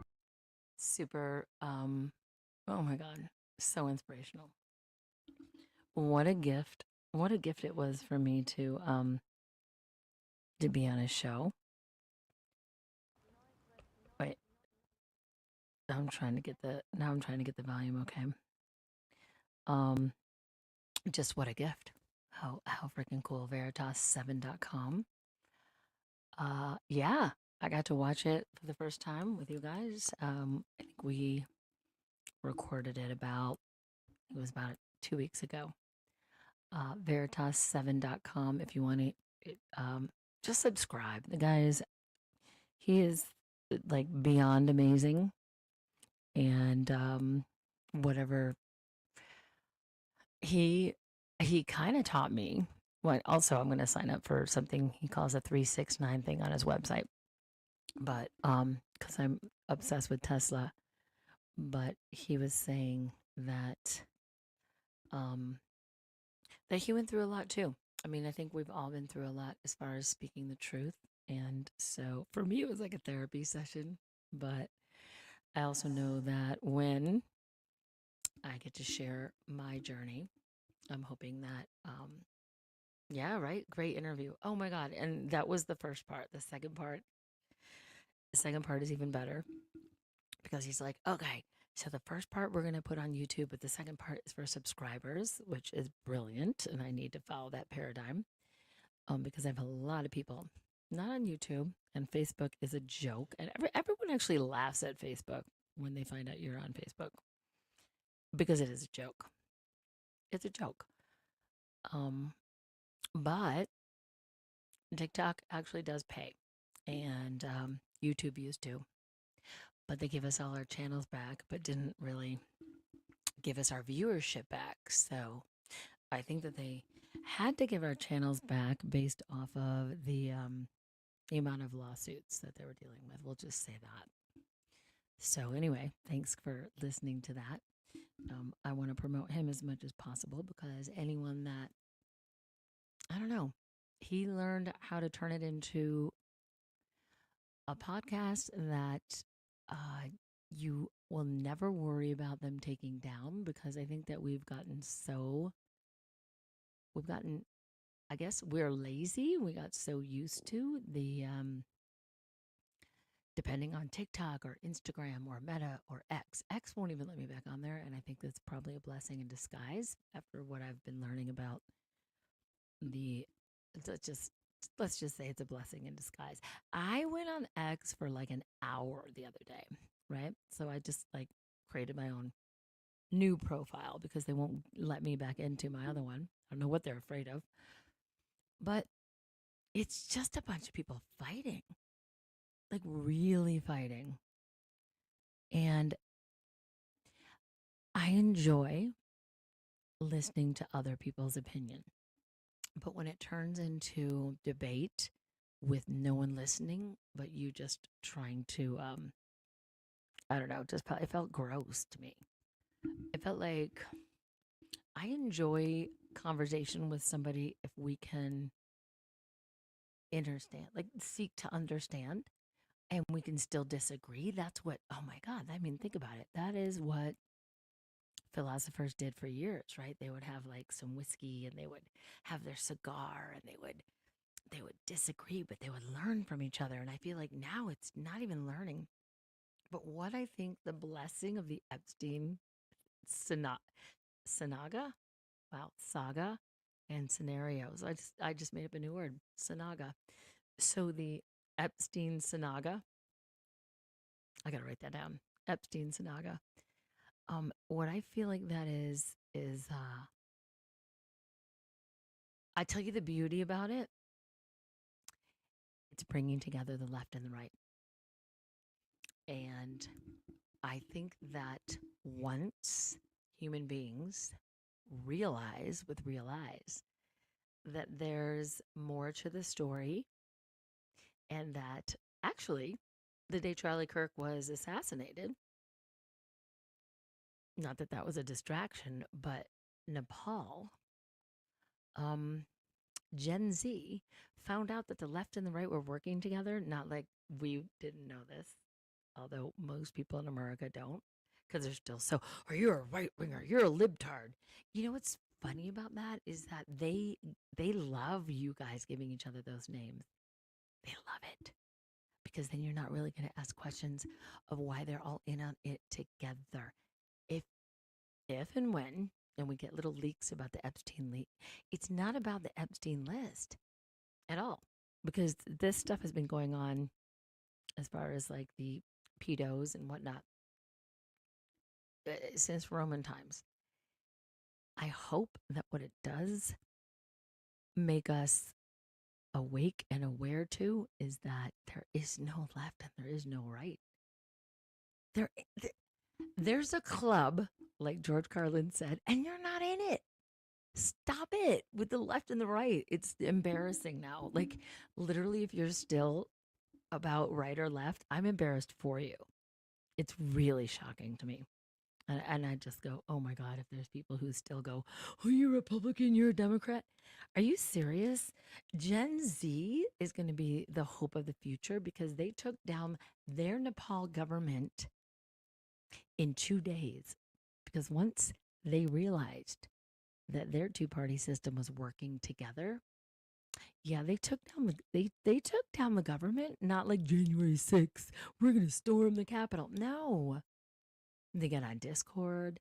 They got on certain servers that the government didn't know about because people who own the government are old fucking grandma, grandpa that don't really understand. These kids have way more ability to connect. So if they try to do a shutdown of the electricity or the grid, it doesn't matter. We already know now. It's too late. They're scrambling. It's embarrassing. I want a t-shirt that says we deserve a better psyop. We deserve a better psyop. Nepal took down their government in 2 days. Gen Z. Do you know what they had to do? They had to helicopter from their government building. They had to heli-lift. I mean, it's beautiful. I wish I could show it to you. But you guys in America, see, that's why you're like, I'm not going to get on TikTok. Really? TikTok's owned by Israel now. Will you get on TikTok now? Will you get on it now that it's not owned by China? Because China gave us way more free speech than Israel does. But Larry Ellison, Israel owns 90% of all the media. They own CBS. Okay. You can look this up. Oh, you're anti-Semitic. No, fuck it. I'm anti-everything. How about that? I'm anti-vax, anti-Semitic, anti-climate change, anti-thought bubble, those fucking thought bubbles. I'm anti that. Yeah, it doesn't matter. It doesn't matter what you call me. It doesn't affect anything. You can't shame and blame me. I never took the vax, and I lost my entire career and most of my friends and family. So anything you call me doesn't work. Israel owns 90% of the media. They took over TikTok. They took over YouTube. They took over. I don't even know how Tucker Carlson and Candace Owens is able, and Ian Carroll are able to even speak. And Joe Rogan. No one watches mainstream media anymore. It's a dying thing. But they're so fucking desperate. They're so desperate for their propaganda. They had to kill Charlie Kirk. And when I say they, I mean Israel. That is what I mean. And I promise you it is. And I've no fucking, you can't take anything away from me anymore. So it's fucking Israel, 100%. Because when someone gets assassinated, who benefits? Who benefits from them? Who benefits? There's so many lies. This is the first assassination. There was no autopsy. The crime scene was paved over in 3 days. The gun. If you guys still believe, I believe it's the kid. Okay, always the lone shooter. Can they give us a new psyop, please? You're going to still believe in the lone shooter. When the gun, they say, from his grandfather that he killed Charlie Kirk with, every hunter got online and said, if it was whatever, a 360, I don't even know what it was, but it would have blown his head off. That, like, forget everything else. Forget the cameras. They took away the cameras from the hospital. Forget that there's no ambulance on site. Forget that there was no paramedics. Forget that they literally put him in an SUV and drove him to a hospital really far away, not the closest one. Forget that the judge subpoenaed 3,000 people at the event. Forget all that. Forget all that. The gun doesn't make sense. Once you know what he said he shot with, and then he took apart the rifle and put it back together. Guys, wake the fuck up. You had 9/11 to wake you up. But before that, you had the JFK assassination to wake your ass up. You're not going to wake up now. You're never going to fucking trust your government. You're never going to wake up if you don't. If you do not wake up now, I mean, people like us, we're over you, and we're not even trying to wake you up anymore. And anything you call us, we don't give a fuck. We don't give a fuck because we don't need to be in a group. We don't need to belong in your whatever cult or, oh, you're anti. Fuck you. How about this? I will die 100% in my integrity because I know I drowned in a river in 2017 and I know what it's like on the other side. Okay. And it's not about fitting into a club, and it's not about compromising anything you do or say. And I've been wrong. I mean, I kind of hoped Trump was the, not the savior, but I knew that Biden couldn't finish a sentence. It was between a guy who couldn't finish a fucking sentence or someone I didn't really like. And so I didn't vote because I don't want to be a part of any of it. I don't want blood on my hands. There's no fucking way I'm going to pay taxes either because your taxes are going towards genocide in Gaza that is live streamed on TikTok and we can all see it. And the fact that none of us are doing anything about it is sick to me. It absolutely shows that our society, at least in America, deserves to be annihilated because guess what? There's still, the entire government is bought out. The entire government is bought out because all you have to do is follow the money. You follow the money and you look at APEC. APEC is the only foreign lobbyist that's allowed in our Congress or government. It's not right. It is not right. And people can be bought. I know I was in Hollywood. I saw it happen every day. But it's not just Hollywood. People are bought all the time anyway. And I'm not going to have blood on my hands by paying taxes. And I'm not going to have blood on my hands by voting for people that are involved in a genocide. And it's a fucking genocide. Okay? Call it for what it is. It's a fucking genocide. And I'll say fuck because that's how if there was a word that was even worse than fuck, I would use it. Because if you saw 2023 Gaza and you see the Gaza Strip now, and then you hear Trump and the Congress applauding and him saying, yeah, Bibi, you gave us the best weapons. I don't even know what the weapons were. He's proud of it. Do you know this is how Hunger Games fucking sick that is? And most of us don't do a fucking thing. And that's why I'm still here. Well, I mean, I'd be happy to leave tomorrow. If God calls me home, I will go. Not suicidal, but I obviously am here. But I've lost everything, and that's when you lose everything, you got nothing else to lose. So you can say what you want, and you can be as real as you just have nothing stopping you from saying anything that you want, not to hurt people, not to harm people, but to turn your pain to purpose and to wake people up. And that's what they're afraid of because they're losing their grip. They're losing their grip. And I'm good with that. I'm good with that. Yeah. Let's lighten up, shall we? Because I just got to get off my banner. I got to get off my little, I need to play this right now for my own self because right now the digital ID is, they're trying to push that real hard. And if you guys really want to be controlled and you want your ability of freedom and your little smart cities and all that shit, you give to the digital ID, which now they're bringing forth in like little iPhone. They're going, oh, you're a little Apple iPhone. It'll be so much more convenient if you just put your And don't get the real ID. You want to know how you have the real ID? Look at your license. If there's a little star on it, you've already compromised, but you can still exchange that. They'll tell you that you won't be able to travel without it.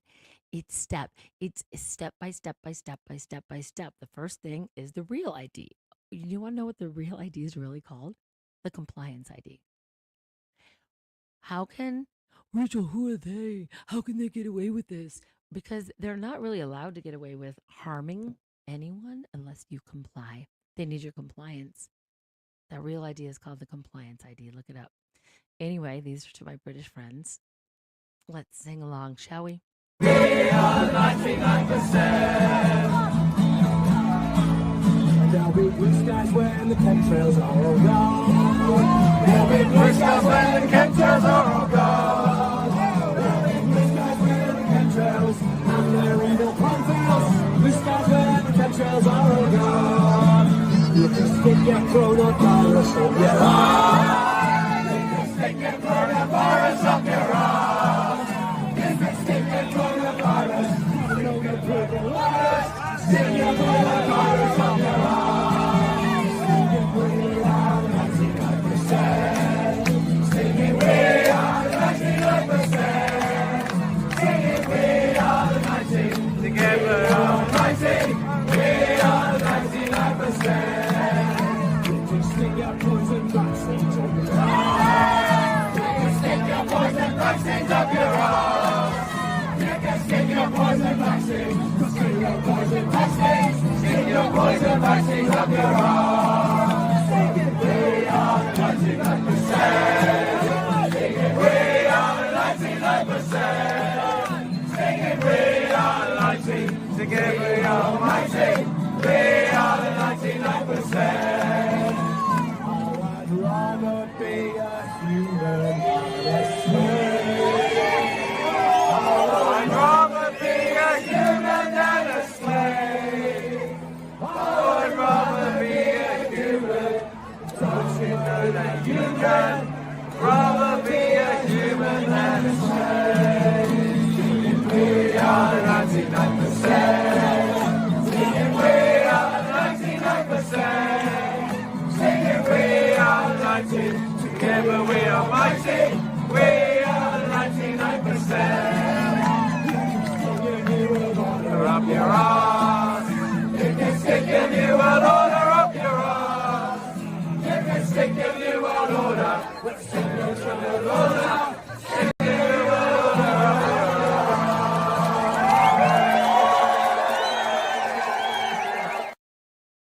Yes. Oh my God, makes me so happy. I love it. I love it. Love it. Love it. I love it. Okay, so we are going to cut to now. We're gonna have a little bit of fun. Let's see. Let's go to bum.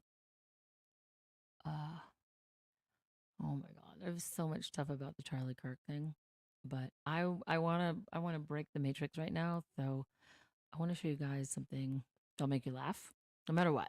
Like I don't care. I don't care who you are. You're gonna laugh at this. Here we go. Let me get rid of this and then this. So you ever worry about maybe possibly having someone steal your Amazon package?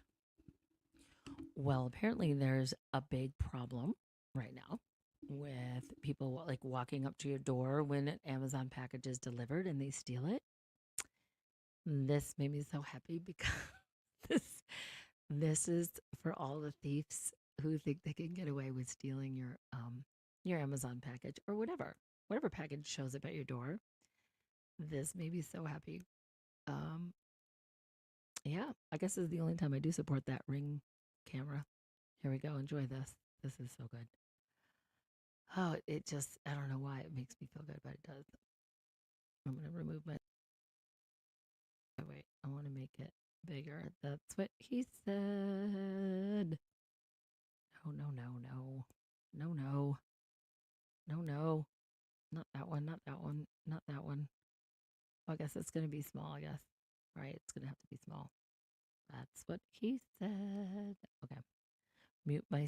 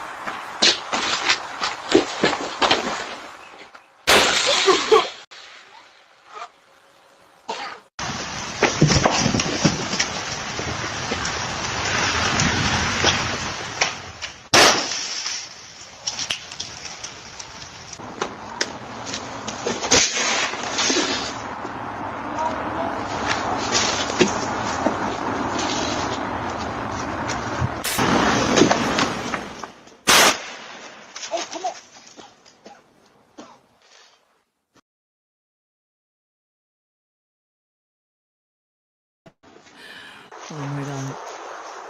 So brilliant, right? So brilliant. I mean, he deserved it. They deserved it.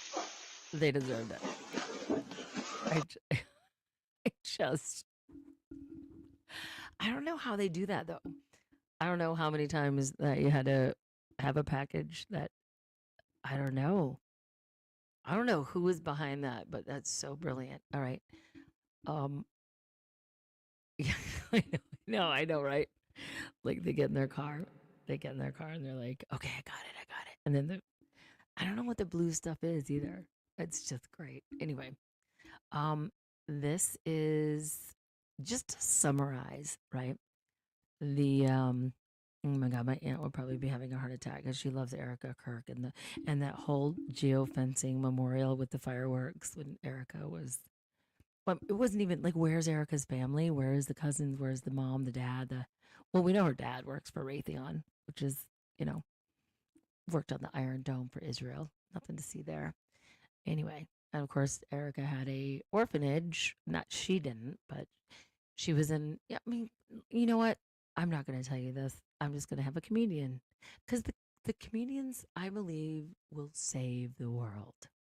Really, like the comedians are the ones to bring the truth, make you laugh, and bring truth.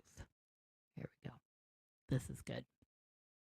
Arizona pageant. Her parents are both from military intelligence family. Her dad did Wait. Raytheon arms deals with Israel. Oh God, I hate when I'm trying to share it and I can't. Okay, here we go. Now I don't know how to rewind it. Ugh. Remember, Be Kind Rewind? Yeah. Well. Okay, so this guy's name is Sammy Obeid. He's funny. He's funny as F. Probably unrelated. And Erica Kirk was part of running an orphanage in Romania where children went missing. Enough children for Romania to permanently ban the orphanage and permanently ban Erica Kirk. Do you know how f***ed up you gotta be to get banned in Romania? Andrew Tate is the mayor there. You really gotta push some boundaries. Mind you, this is when EPSEIN was still active, so I'll let you connect the dots. By the way, I'm not suicidal. For the record, I am quite happy, okay? You heard it here. But the weirdest thing about Erica Kirk, she met Charlie Kirk, not on Christian Mingle. She went in to interview at his company, Turning Point USA. He said that he fell in love right away. Now, 4 years later, he's dead. And she has now inherited Turning Point USA. She's doing podcasts on it, too. Like, I'm so excited. Like, to my future wife, please wait 2 months after I die before before doing a podcast. 3 months if it's my own. Come on. When you look at how fast she moved on, and then you look at how it started and how it ended, how it started was not romance. How it started was her going in for a job, and how it ended was her getting a promotion. So I'm just saying. It was probably Tyler. Erica Kirk knew Trump before she knew Charlie. She actually won Trump's Miss Arizona pageant. Her parents are both from military intelligence family. Her dad did Raytheon arms deals with Israel, probably unrelated. And Erica Kirk was part of running an orphanage in Romania where children went missing. Enough children for Romania to permanently ban the orphanage and permanently ban Erica Kirk. Do you know how up you gotta be to get banned in Romania? Andrew Tate is the mayor there. You really gotta push some boundaries. Mind you, this is when Epstein was still active, so I'll let you connect the dots. By the way, I'm not suicidal. For the record, I am quite happy, okay? You heard it here. But the weirdest thing about Erica Kirk, she met Charlie Kirk, not on Christian Mingle. She went in to interview at his company, Turning Point USA. He said that he fell in love right away. Now, 4 years later, he's dead. And she is now inherited Turning Point USA. She's doing podcasts on it too, like, I'm so excited. Like, to my future wife, please wait 2 months after I die before doing a podcast. 3 months if it's my own. Come on. When you look at how fast she moved on, and then you look at how it started and how it ended, how it started was not romance. How it started was her going in for a job, and how it ended was her getting a promotion. So I'm just saying. It was probably Tyler.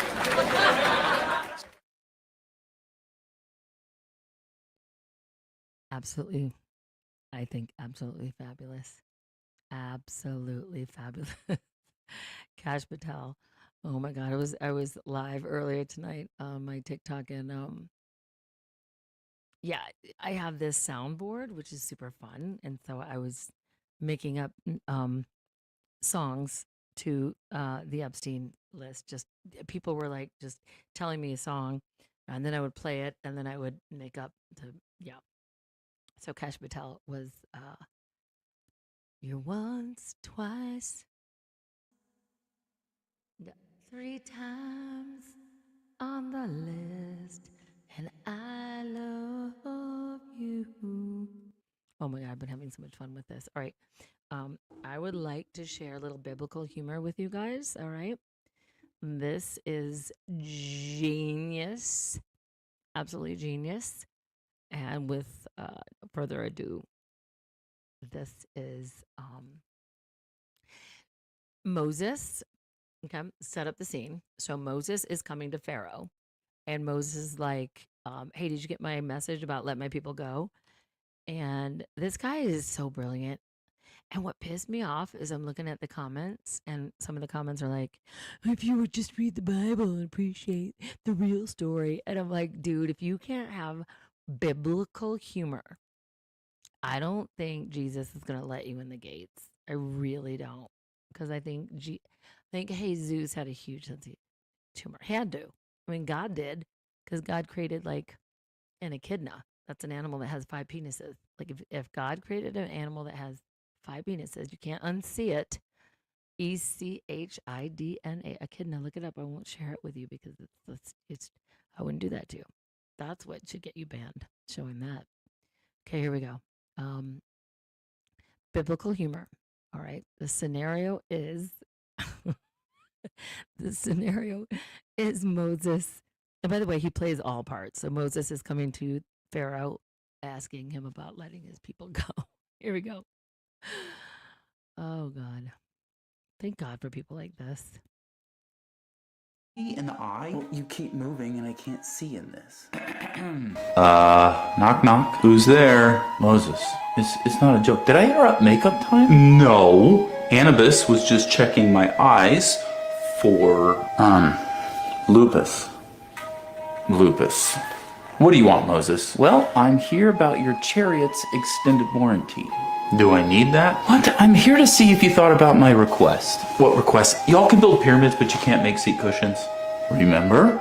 I was wondering if you could let my people go. Like to the bathroom? Yes, I have been called to lead 600,000 people to take a dump. No, to our promised land. Well, I promise you're going nowhere. Listen, God spoke to me directly. You didn't see him. Yeah, well, not exactly. It was a burning bush.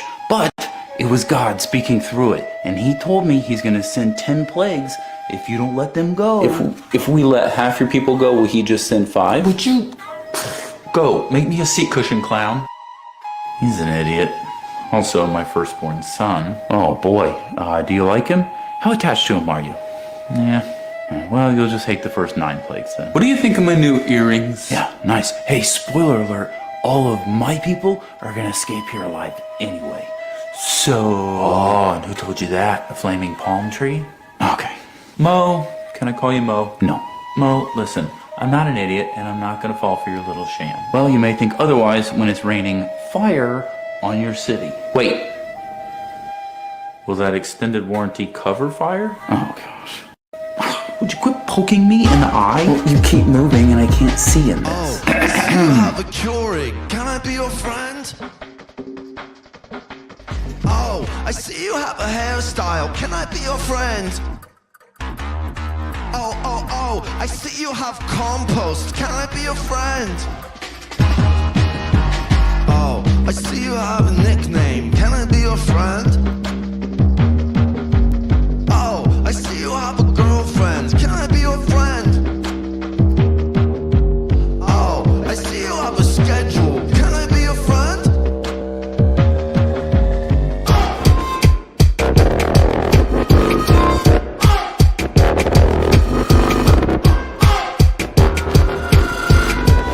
Oh, I see you've had a rough day. Can I be your friend?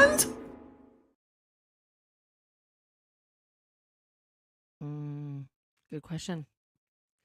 Very, very, very, very, very good question. All right. We have 2 more things to share before we're going to end the live stream. I think it's been really smooth. It's been a good live stream tonight. We have had 10,000 people on TikTok. That's not a bad night. And a continual 23 people on YouTube and 1 person on Facebook. I think it's me. No, there's 4 people. Oh, low volume? Low volume. I don't know, because I just watched it back and it was not low volume. Is that better? It says it's high volume. Let me do this. Hello? Is this better? Is this better? Is this better? Hello, hello. Your mic is low. All right. Now you need to actually, is it better? Because if you can't answer me now, then I have to go and look at my phone. And I don't really feel like doing that. Oh, it's not better. It's not better? Oh my goodness. Oh, you know what? I don't. My microphone is on. Okay, my microphone is on as high as it can go. Let me look here. With a little better. It's literally as high as it can go. No, that's accurate. Let me see this. Your voice is low volume relative to the media you're playing. Well, I mean, I can't help that. That's if you were on TikTok, you'd probably have it perfect, but okay. So this is literally as high as the volume. Oh, maybe that's it. Is that better? This is pretty high. Thank you, William. Your voice is low volume relative to the media that I'm playing is like pre-recorded. So it's really, really, really high. Okay, is that better? Yes. A little better? Dude, this is like a $400 microphone. And this soundboard, I didn't even want to tell you how much that is. And so, you know what? Maybe turn your ear up. Your ear. All right. I'm going to cut to one more thing. And then I'm going to show you. We are going to cover a little bit about something I feel very passionate about, which I think you guys all know when you see it. But yeah, let me just play this a second in case you guys aren't awake yet. Out of your quiver, you're not ruling anything out. Good morning. Sunday morning. We have a responsibility. We take an oath to protect and defend the Constitution of the United States. Good morning. Sunday morning. We have a responsibility. We take. Okay. I was just checking. It sounds absolutely perfect on two of the things I'm watching back. So, you know what? This goes back to what I believe we're all living in a completely different reality. None of us are experiencing none of us are experiencing the same reality that other people are experiencing. That's just fact. Right? Your voice is sounding very NPR tonight. That's because this is the another walking right. Yeah, I know. Okay. Anyway, I just played it back. It sounds good to me. So maybe get a better sound system because I don't know what else to tell you. It's the best sound system that I've ever had on any live stream. And I played it back just now on my own thing. So I don't know what to tell you. We're living in two different simulations, obviously. So you have definitely seen, I know you guys have seen or heard of like the Kardashians. Okay. So let's pretend the Kardashians were experiencing, the time change. And what is the time change called when you lose an hour or you gain an hour? Oh, it's way better now. All right. So what's the time change called? When you lose an hour or you gain an hour? Anybody in the comments? Oh, wait a second. Oh, God. I was asking a question and getting someone to fucking engage on this world we live in is so. All right. In the comments, what's it called when the time changes? It happens every year.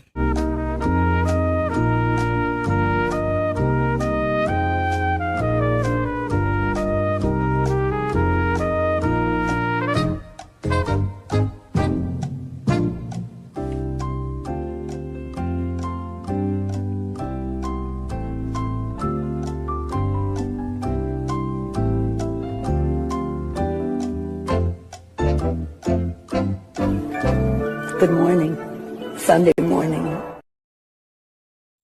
You can see I love Nancy Pelosi. Oh my God. I saw a video of there's this woman that speaks up for Palestine and she always like follows the congressman and she was asking Nancy Pelosi about the No More Bombs bill. There's a bill being passed in Congress called No More Bombs. Basically just let's stop funding war is basically what it's about. And Nancy Pelosi was like, what? I mean, can we just stop having people over 70 in the government? Maybe 70. Well, Rick Mayfield's 72. So I would go up to 74 and then stop. Retire. What are you doing? It's like, what are you doing? What are you doing anything for anyone when you're past like 72? Stop making decisions. Stop doing things that affect other people. You're going down.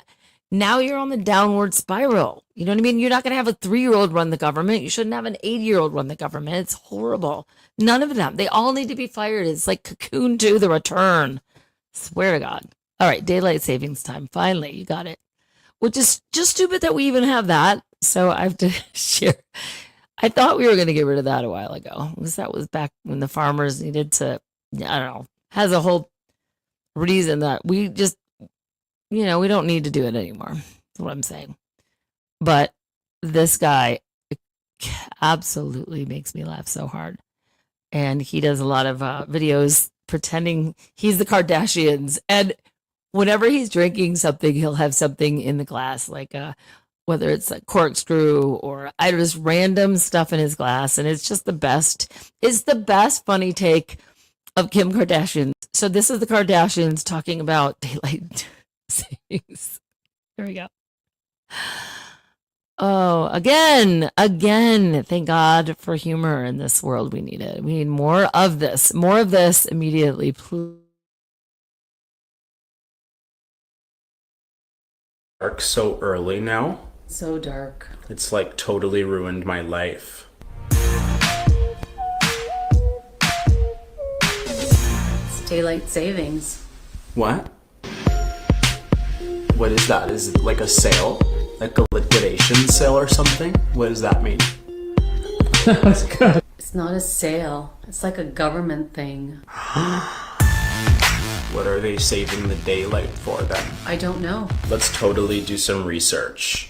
Where do they put the extra daylight? Nothing came up. Oh my god, do you think it's a conspiracy theory or something? What's it called?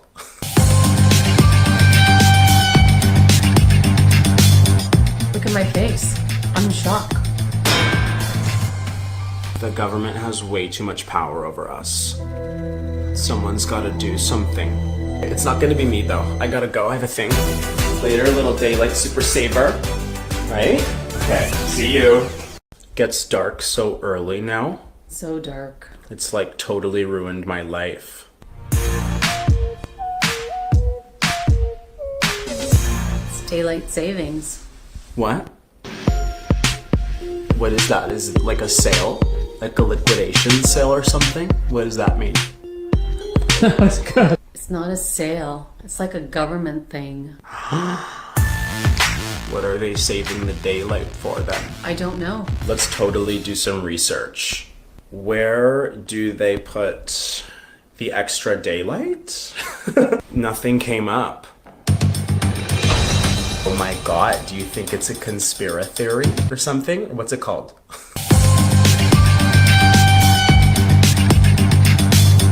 Look at my face. I'm in shock. The government has way too much power over us. Someone's gotta do something. It's not gonna be me though. I gotta go, I have a thing. Later, little daylight super saver.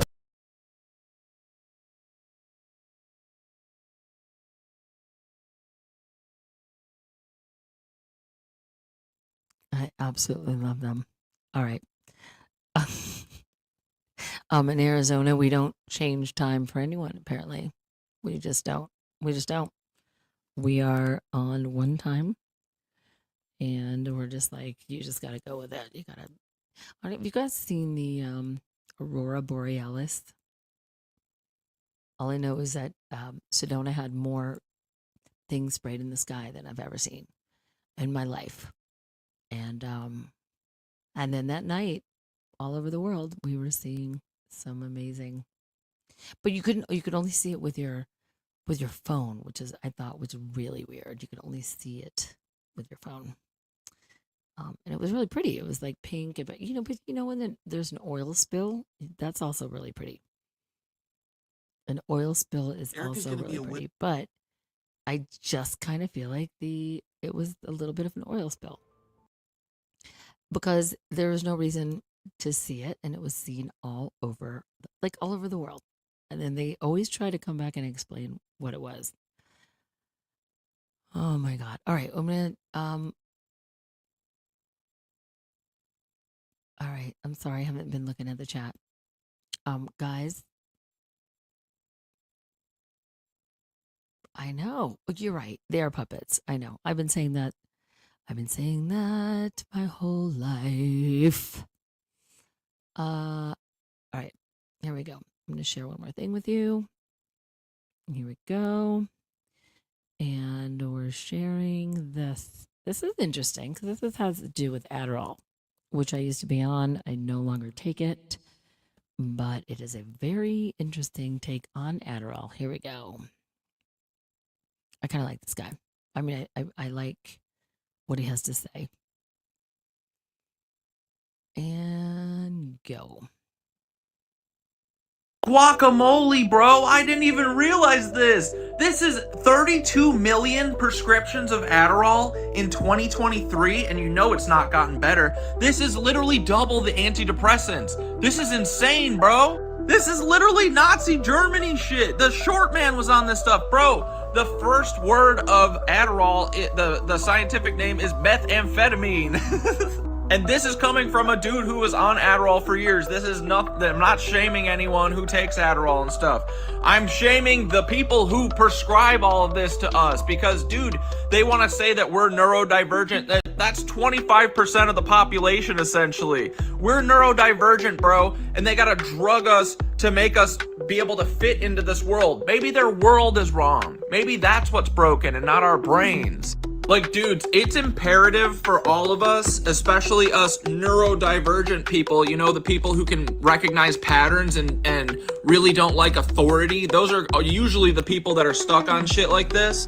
You know, the kids who go to their teacher, I don't want to listen to this bullshit. I'm sick of listening to these McGraw-Hill, Ghislaine Maxwell's dad textbooks. I'm over it, you know? And then they go, you're a pain in the ass. You need to go get on methamphetamine. Bro, I would have said 2% of the population. 32 million scripts?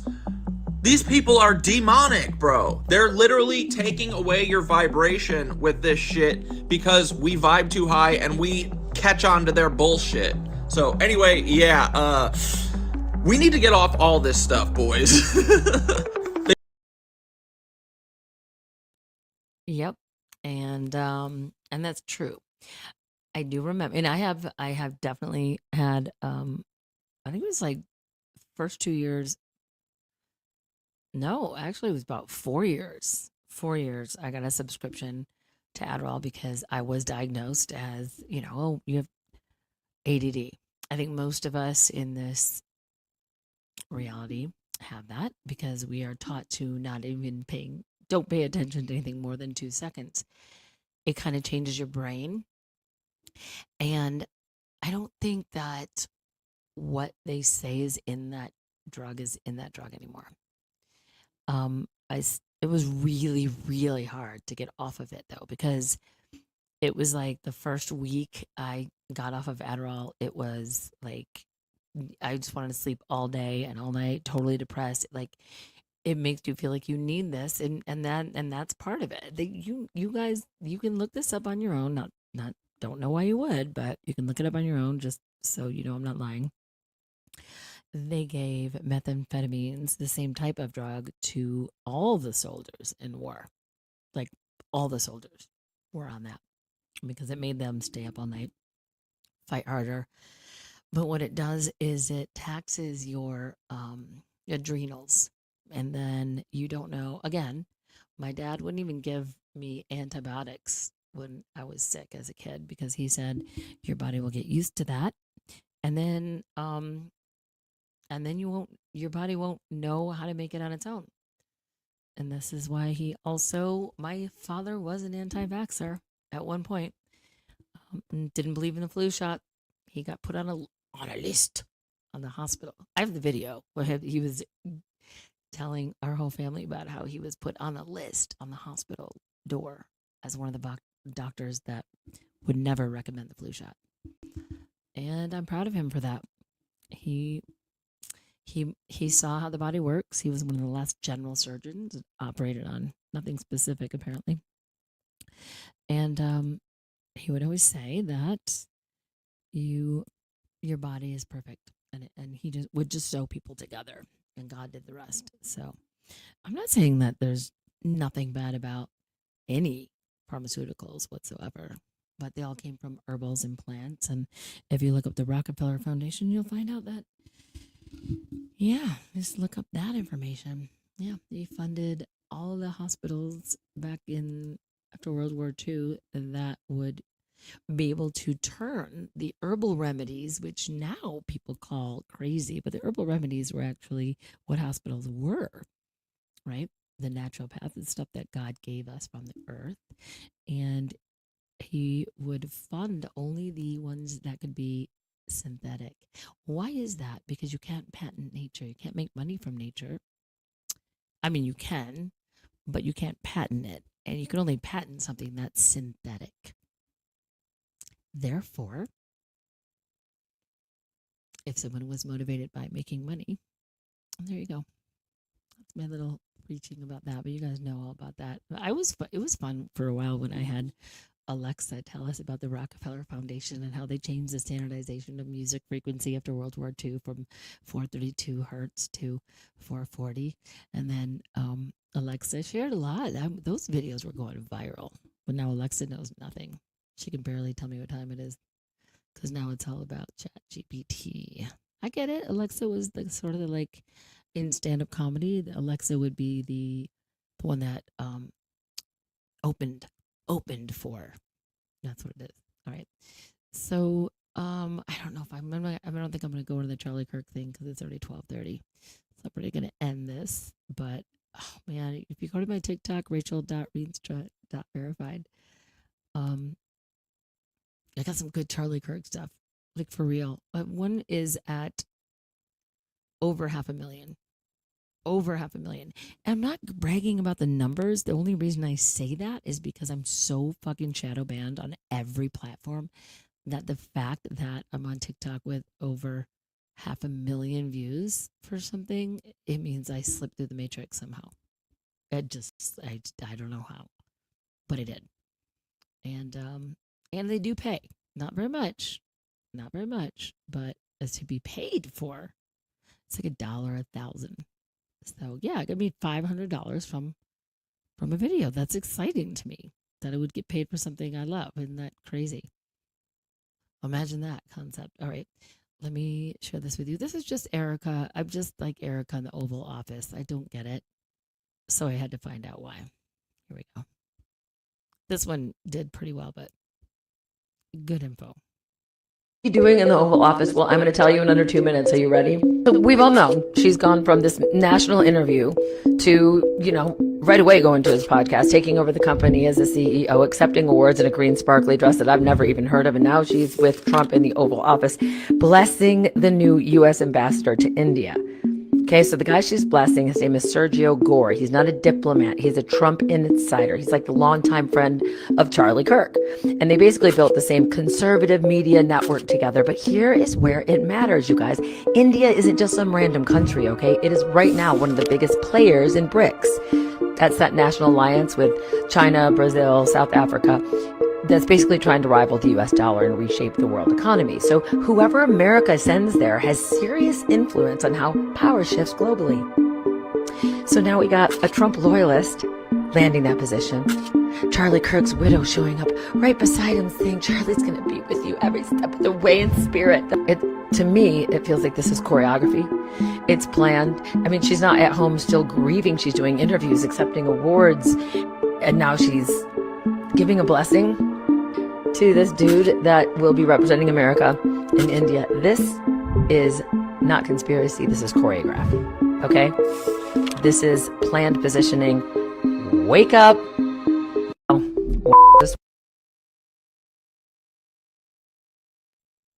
Actually, I had to look up that information.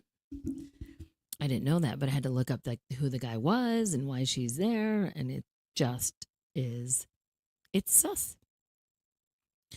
And yet it's not, because if we really studied or learn about real history, and guys, this has been going on for so long, and we've been lied to. I think we're really over being lied to.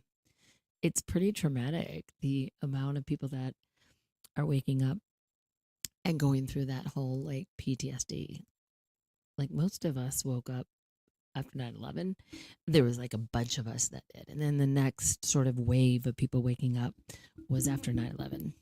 And then it was, it was a bunch of things. But the COVID was sort of the next 9/11 to those that didn't wake up during 9/11.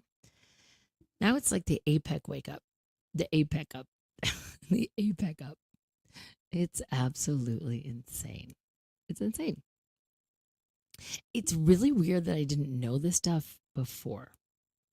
So I want to share with you guys the one video on my TikTok that has over 500,000 views. And again, this is just doing a little research on this Charlie and Erica Kirk thing. I didn't know who the guy was. And I've had people go, I'm gonna unfollow you because you didn't know who he was. I'm like, dude, I have a full-time business. Like, I'm trying to make a living. I'm trying to survive right now. I can't really be following every influencer. or political guy, but the fact that I didn't even know who he was. And I remember my friend texted me kind of like, I hope you're not working right now. I'm like, well, yeah, I'm working. She's like, Charlie Kirk was assassinated. I'm like, is that your brother? Like, I don't. And the thing is like her and we talked about a lot of stuff. So it wasn't like I wouldn't consider her someone that would tell me, something that happened to like a football player, because I'm not going to know. I don't watch sports. I don't like them. I'm not against them, but I didn't know who Charlie Kirk was. I almost wish I could stay on that timeline, because the fact that now I do, not only do I know who he is, what has transpired since this scenario, and the questions, the unanswered questions, and the fact that people so easily, like, how do you, if anyone can tell me, you can email me, I don't care, later.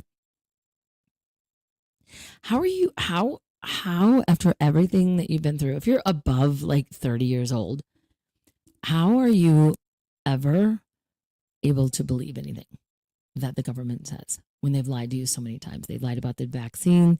They lied about the 9/11. They've lied about, oh my God, so many things. Even Johnson & Johnson baby lotion, baby powder. Like, there's so many people dying from that shit that they just allowed us to use. And you just blindly trust them. You blindly trust them over and over and over and over and over and over and over again. And then you call the people that question the ones that lied to them conspiracy theorists, which was a word that they gave to anyone that questioned the JFK assassination, which we know they lied about that too. Because why do you think that they wanted to? Just like, take this, for example. Why would Pfizer want to hide anything for 55 years? Like, they wanted to put the files away about what was in it, because they'll never tell you. Why? And then you think about any assassination, they want to put that information away till you're all dead. Like, literally, we don't live that long. And they want to just and you're willing to trust, and the Epstein files, that's another example of what they have lied to you about. And yet you're like, oh, I'm gonna put whatever injection into my body. Trust the science. Trust it. Trust it? Are you fucking kidding me? Trust it? When they've lied to you about everything else, and now you find out that they lied to you about that as well. They've lied to you about that as well. And if you vaccinate your dog, I will come for you. I will come for you. You do not vaccinate your dog. Okay. It used to be, because I worked for a veterinarian TV show for 5 years. Okay. They used to vaccinate dogs and cats, well, mostly dogs, once every 10 to 15 years. But the pharmaceutical companies weren't making enough. So if you vaccinate your dog every 7 years, now it's like every year, and the same amount that they give your dog, right, of that rabies, whatever is in that vaccine, they'll give your Chihuahua the exact same amount that they'll give your Pit Bull or your Great Dane. And your dog will die very young. Okay? I know. The animals that live the longest don't have fucking vaccines. So stop it with that. That's what they experimented on first.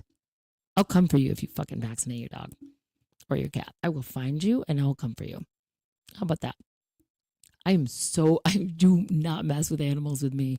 I am so upset that people end up giving shots to their dogs because I can't go anywhere with it. Well, where do you think it started from?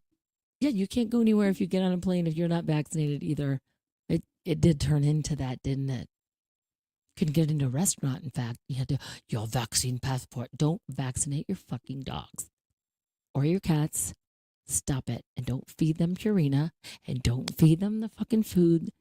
Unless you want them to die. If you don't give a fuck about your animals, do that.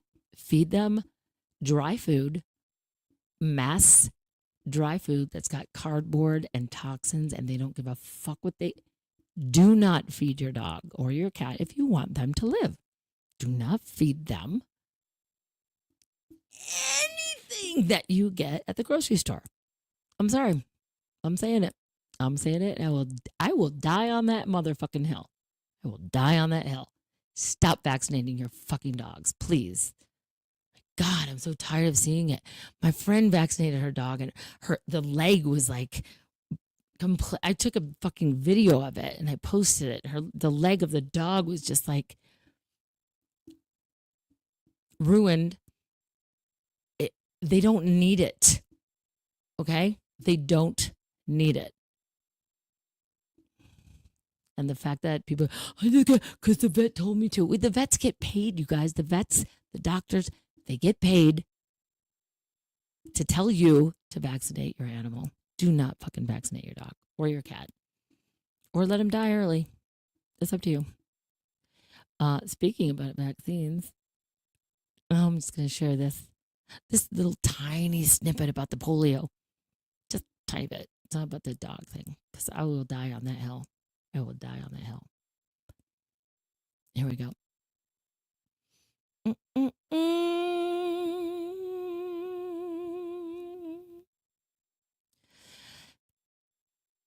Here we go. And play. Has, right? Because everybody says, you don't want polio coming back. Right. But here's the reality of polio. Right from the CDC website, 99% of people who get polio never have any symptoms. I know, that's crazy. The typical symptom, you had Humphreys on, so you know some of that. The typical symptom is having a cold for a week, having sniffles. Number of deaths in the world, planet Earth, 8 billion people. Number of deaths last year from polio, you want to guess? 30. Zero. Zero.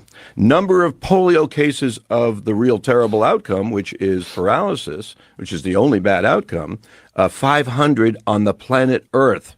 Half of whom recovered. You can recover from it on top of everything else. So you have 99% won't have any symptoms. Of the 1%, 1% of them will have poliomyelitis, which is the paralysis. And of the 500 I just told you about, 564 in 2022, 97% of them were vaccine-induced poliomyelitis, meaning they were the strain from the vaccine. Yeah, that's an inconvenient truth. That's an inconvenient truth right from the CDC website. Yeah, when you tell people that, they go, wait a minute, what are you saying? I want to say it is another one of these sacred cows, right? Because everybody says, you don't want polio coming back. Right. But here's the reality of polio. Right from the CDC website, 99% of people who get polio never have any symptoms. I know, that's crazy. The typical symptom, you had Humphreys on, so you know some of that. The typical symptom is having a cold for a week, having sniffles. Number of deaths in the world, planet Earth, 8 billion people. Number of deaths last year from polio, you want to guess? 30. Zero. Zero. Number of polio cases of the real terrible outcome, which is paralysis, which is the only bad outcome, 500 on the planet Earth. Half of whom recovered. You can recover from it on top of everything else.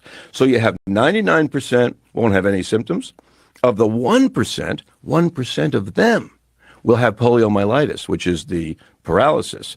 And of the 500 I just told you about, 564 in 2022, 97% of them were vaccine-induced poliomyelitis, meaning they were the strain from the vaccine. Yeah, that's an inconvenient truth. That's an inconvenient truth right from the CDC website. Yeah, when you tell people that, they go, wait a minute, what are you saying? I want to...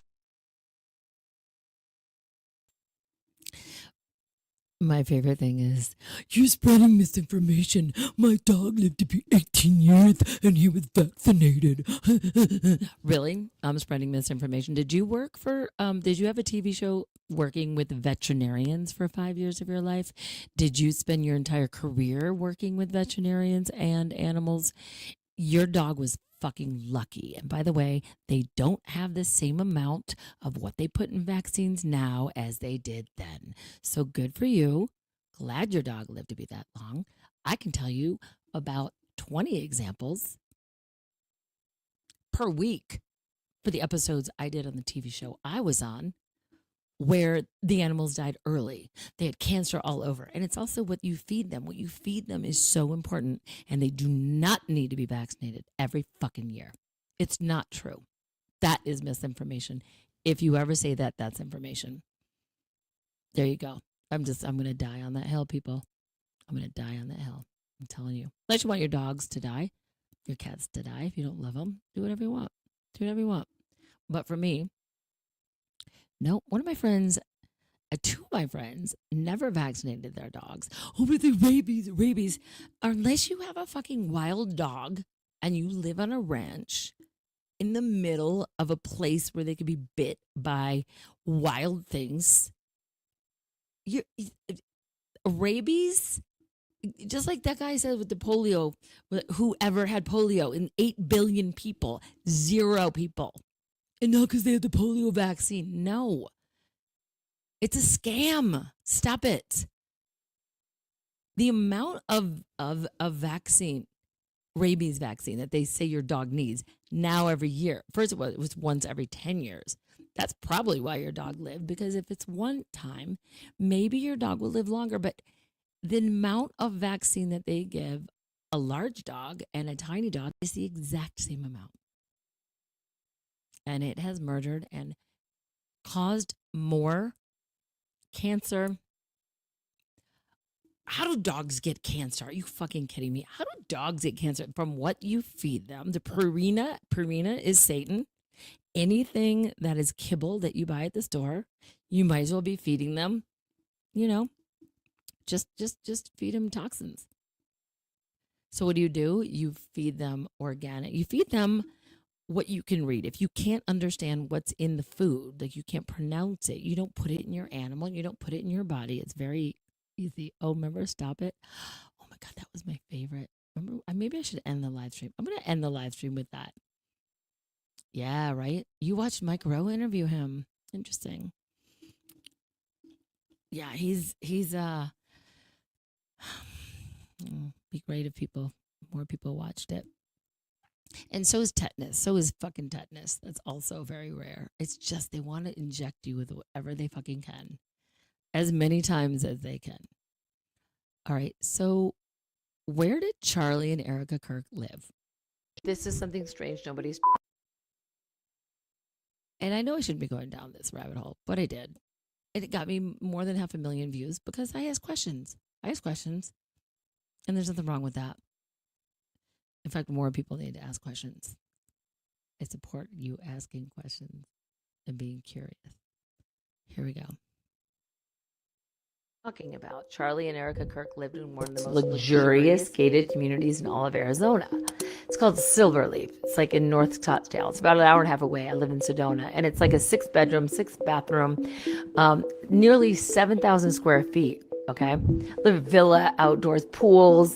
They lived there for years, but then in January 2025, they sold it. The sale recorded, according to the deed, for about $5.4 million, but there was no press release, no announcement, no explanation why, nothing.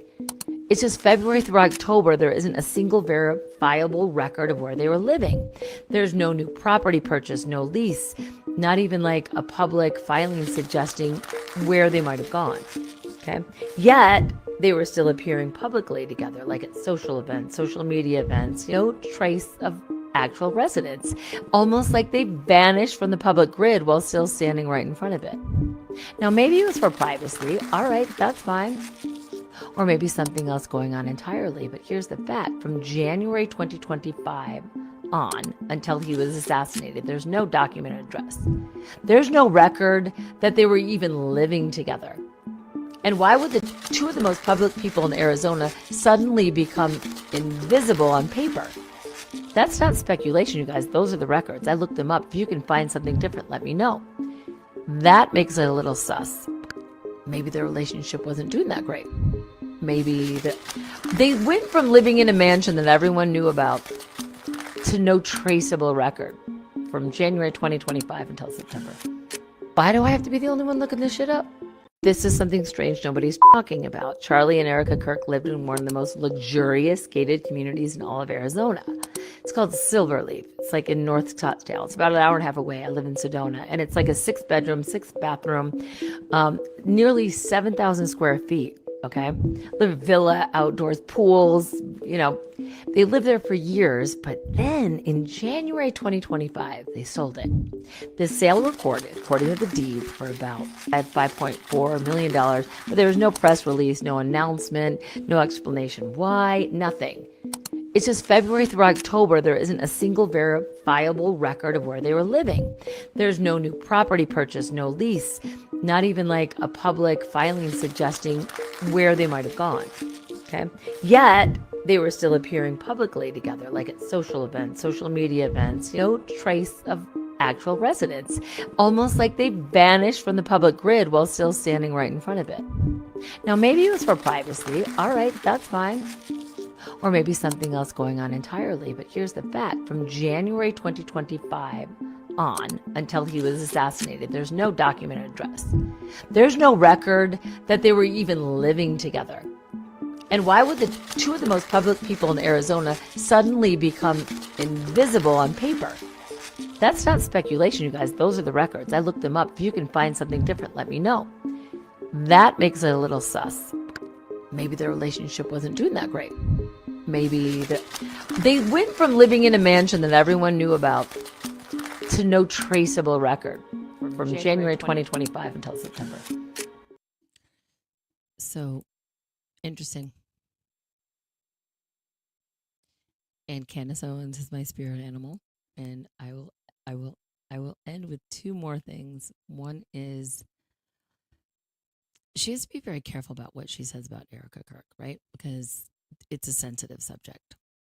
But she did ask a question, like, what has Erica Kirk lied about? And I just found a couple things. That's all. Don't be like, oh, you giving widow. Stop it with the Republican, the Democrat, and the conservative bullshit. Just stop it. Seriously, stop. I'm just asking questions because when I notice lies, I point them out. And I think that maybe when someone else can't point them out, I can point them out. Here we go. Erica told that I'm supposed to be focused on, okay? I'll just share two of them that make me sus. And I know there are more, but what lie has Erica told? So the question is, what lie has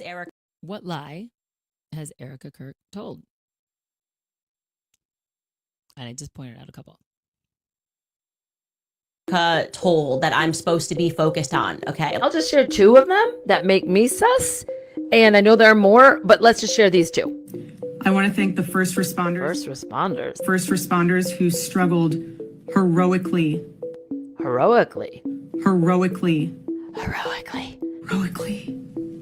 To save Charles's life. If there were no first responders present that anybody saw initially after Charlie Kirk died, but yet Erica Kirk thanked the first responders, would that statement be truth or would it be a lie?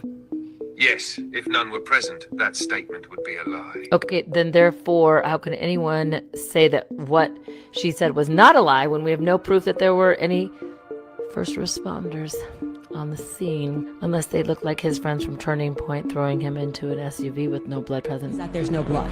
There's no blood from the back. And I want to thank the Turning Point USA board, the amazing Mikey McCoy. Wait. The amazing Mikey McCoy? Jimmy Dore, let's have you handle this one for those who don't know. Charlie Kirk, his body hasn't even hit the ground yet. He hasn't even fallen off the chair.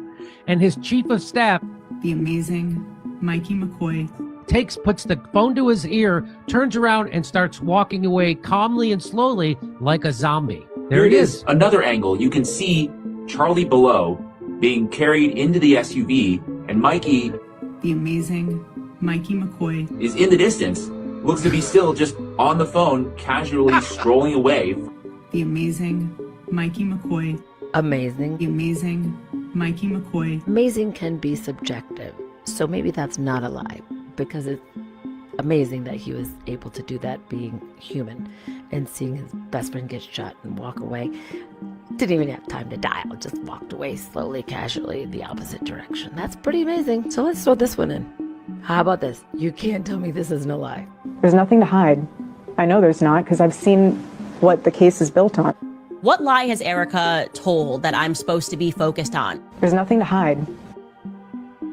What lie has Erica told that I'm supposed to be focused on? Okay. I'll just share two of them that make me sus. And I know there are more, but let's just share these two. I want to thank the first responders.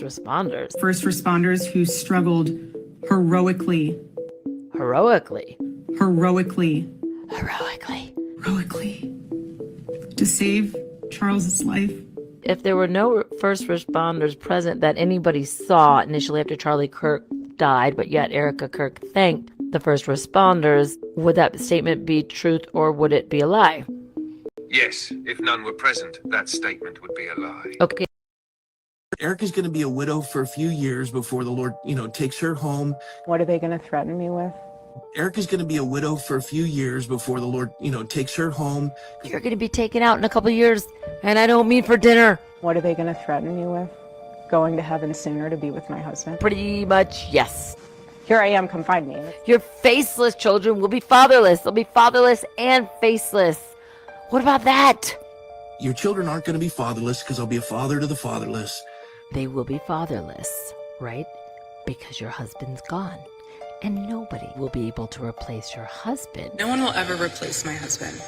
So they'll be fatherless. Unless you could think about somebody that will replace your husband, but But I do see some similarities of my husband in JD.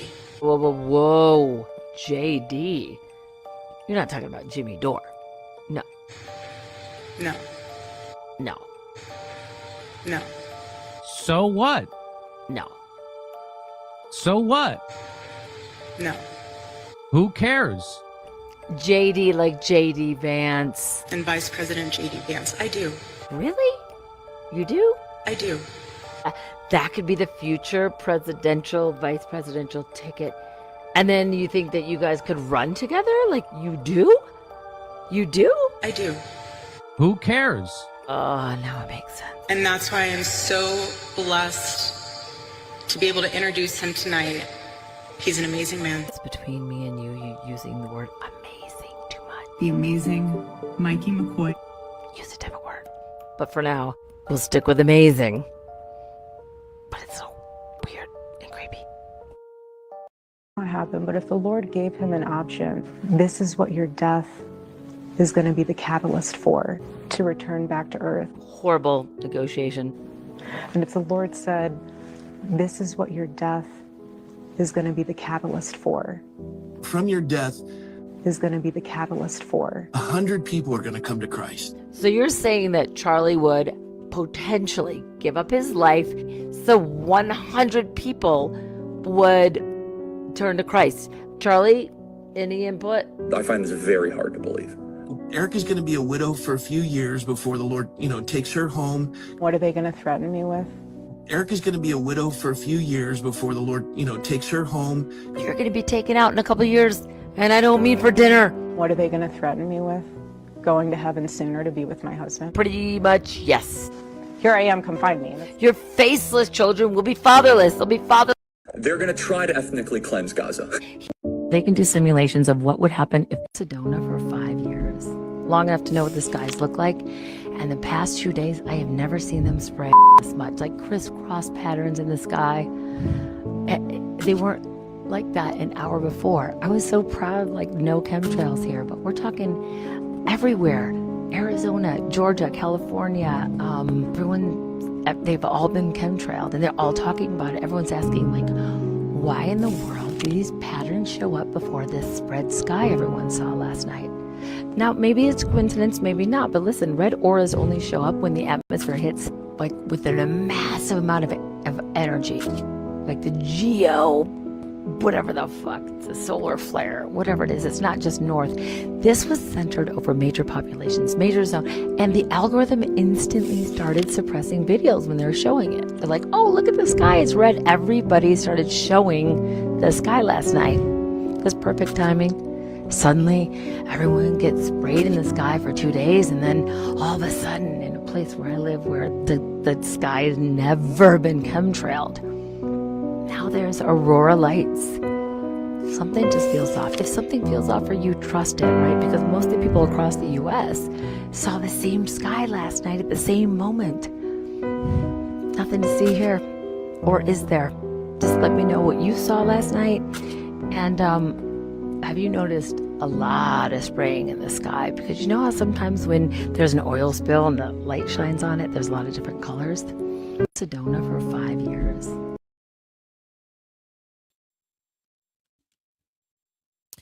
right, I'm going to end on this.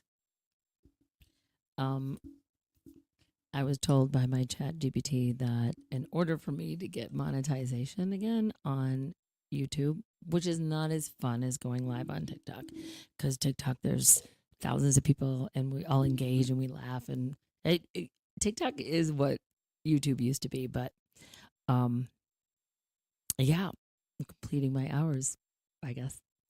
But glad you guys have all showed up. And remember when I said stop it? Like stop thinking it's left or right. Stop it.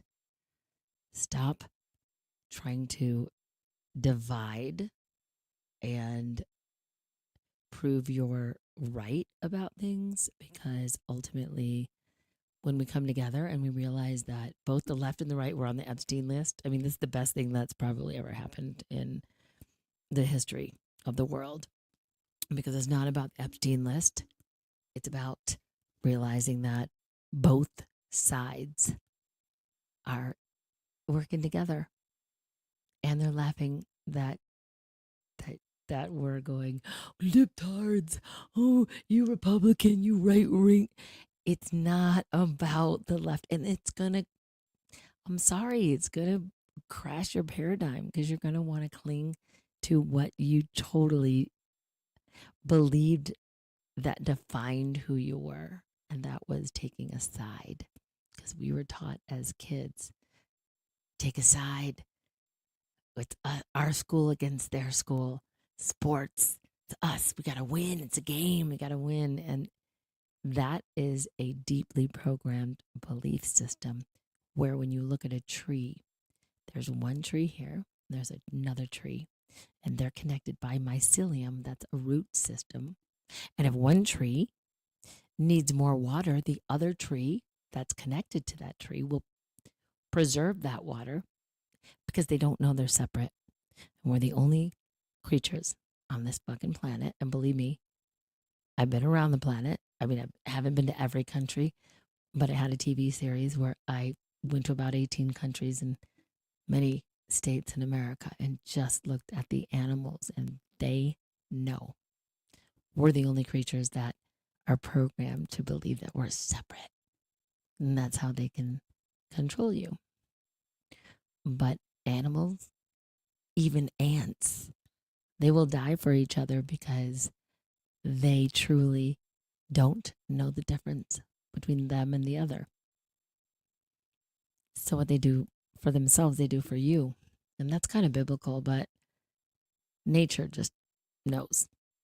So the more we look at that, the more we'll know, and stop it with this synthetic bullshit and the pharmaceutical bullshit, those drugs, the Adderall, the antidepressants, all that shit. Stop it.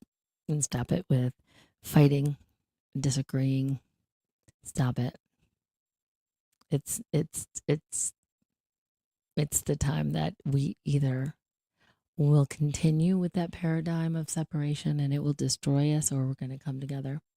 So in the words of Bob Newhart, this is probably, hopefully, and I don't really care. I'm not making money on YouTube right now, so I can share this stuff. And if I get a copyright strike, it'll be worth every moment.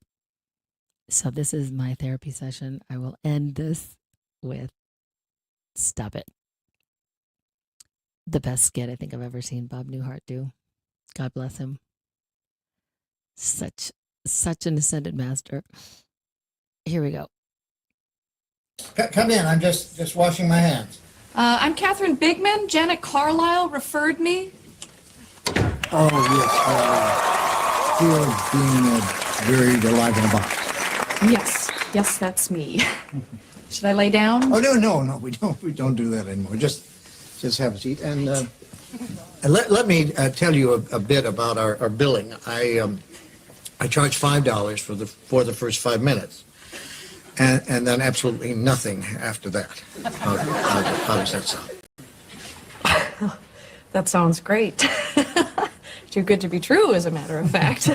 Well, I can almost guarantee you that our session won't last the full 5 minutes. Now, we don't do any insurance billing, so you would either have to pay in cash or by check. Wow, okay.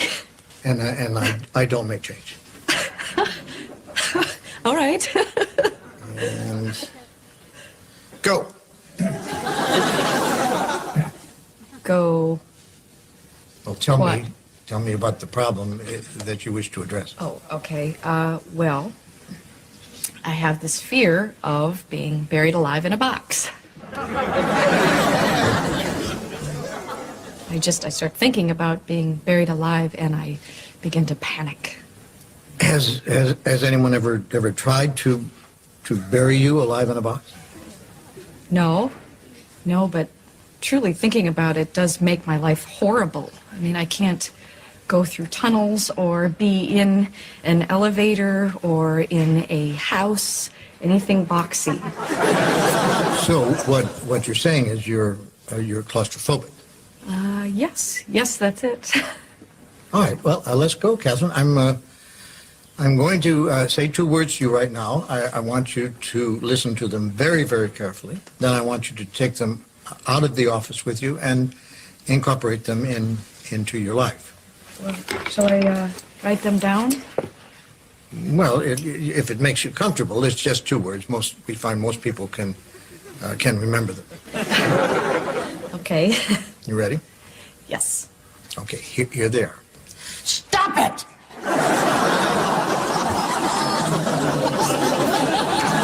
I'm sorry? Stop it! Stop it? Yes, S-T-O-P, new word, I-T. So, what are you saying? You know, it's funny. I say 2 simple words, and I cannot tell you the amount of people who say exactly the same thing you're saying. I mean, this is not Yiddish, Catherine. This is English. Stop it. So, I should just stop it. There you go. I mean, you don't want to go through life being scared of being buried alive in a box, do you? I mean, that sounds frightening. It is. Then stop it. I can't. I mean, it's been with me since childhood. No, we don't go there. Just stop it. So I should just stop being afraid of being buried alive in a box. You got it. Good go. Well, it's only been 3 minutes, so that will be $3. Actually, I only have a 5, so. Well, I don't make change. Then I guess I'll take the full 5 minutes. Fine. All right. Well, what other problems would you like to address? I'm bulimic. I stick my fingers down my throat. Stop it! Nut of some kind? Don't do that. But I'm compelled to. My mom used to call me fatty. No. No, we don't go there. But I've been having this dream. No, we don't go there either. But my horoscope did say. We definitely don't go there. Just stop it. What else? Well, I have self-destructive relationships with men. Stop it! You want to be with a man, don't you? Yes. Well, then stop it. Don't be such a big baby. I wash my hands a lot. That's all right. It is? I wash my hands all the time. There's a lot of germs out there. Yeah, don't worry about that one. I'm afraid to drive. Well, stop it! How are you going to get around? Get in the car and drive, you kook. Stop it! You stop it! You stop it! What's the problem, Pat? I don't like this. I don't like this therapy at all. You're just telling me to stop it. And you don't like that? No, I don't. So you think we're moving too fast? Is that it? Yes. Yes, I do. All right, then let me give you 10 words that I think will clear everything up for you. You want to get a pad and a pencil for this one? Right. Are you ready? Mm-hmm. All right, here are the 10 words. Stop it or I'll bury you alive in a box!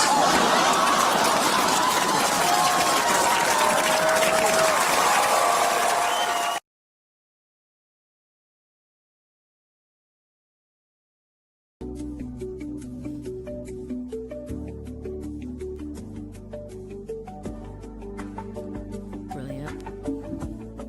Absolutely brilliant. Oh my God. I remember during lockdown, we played that, I think almost every night, laughed our ass off. All right, guys, it is 1:11. Perfect time to end the live stream. And you know how I end every single time. Remember,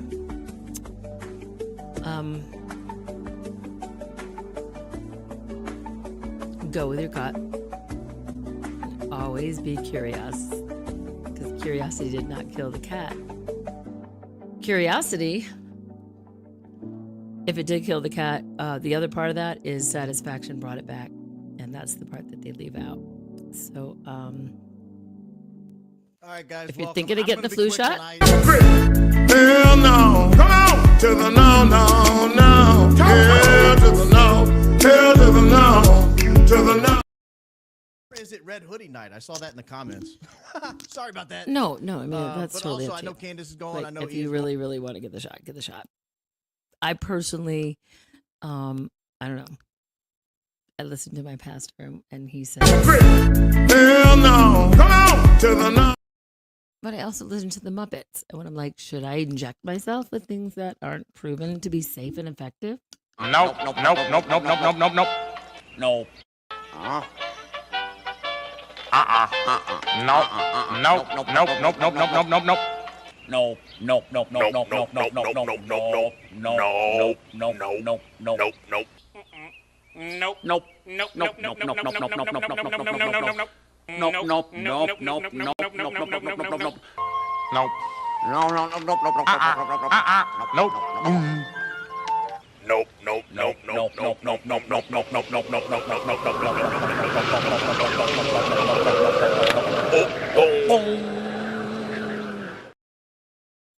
All right. But do as you wish. And spirit leads. Remember this. I hope you enjoy the song. Have a good night, bisexuals. Until we meet again. Spirit lead me when my trust is without borders. Let me walk upon the waters wherever you would call me. Take me deeper than my feet could ever wander, and my faith will be made stronger in the presence of my Savior. Out upon the waters, the great unknown, where feet may fail. And there I find you in the mystery, and oceans deep. My faith will stand. Your grace abounds in deepest waters. Your sovereign hand will be my guide. Where peace may fall, our fear surrounds me. You never failed, and you won't start now. Spirit lead me where my trust is without borders.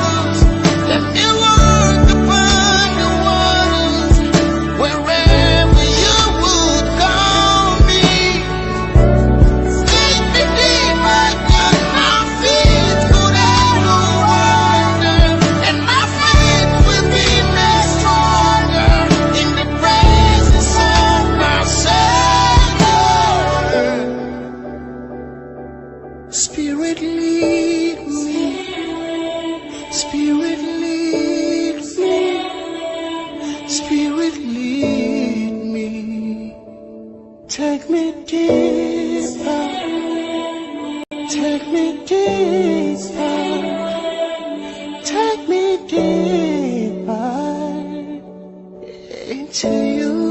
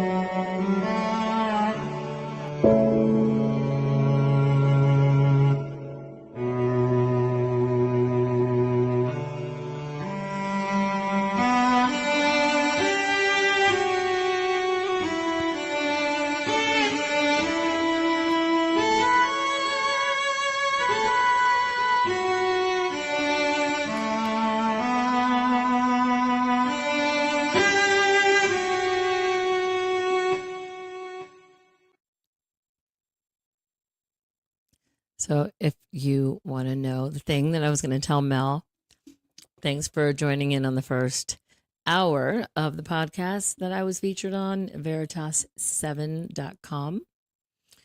The thing I was going to tell Mel is I can't share it because he allows the first hour of his podcast to be aired for free. And then I think you can sign up, though, for, I don't know, there's Veritas7.com.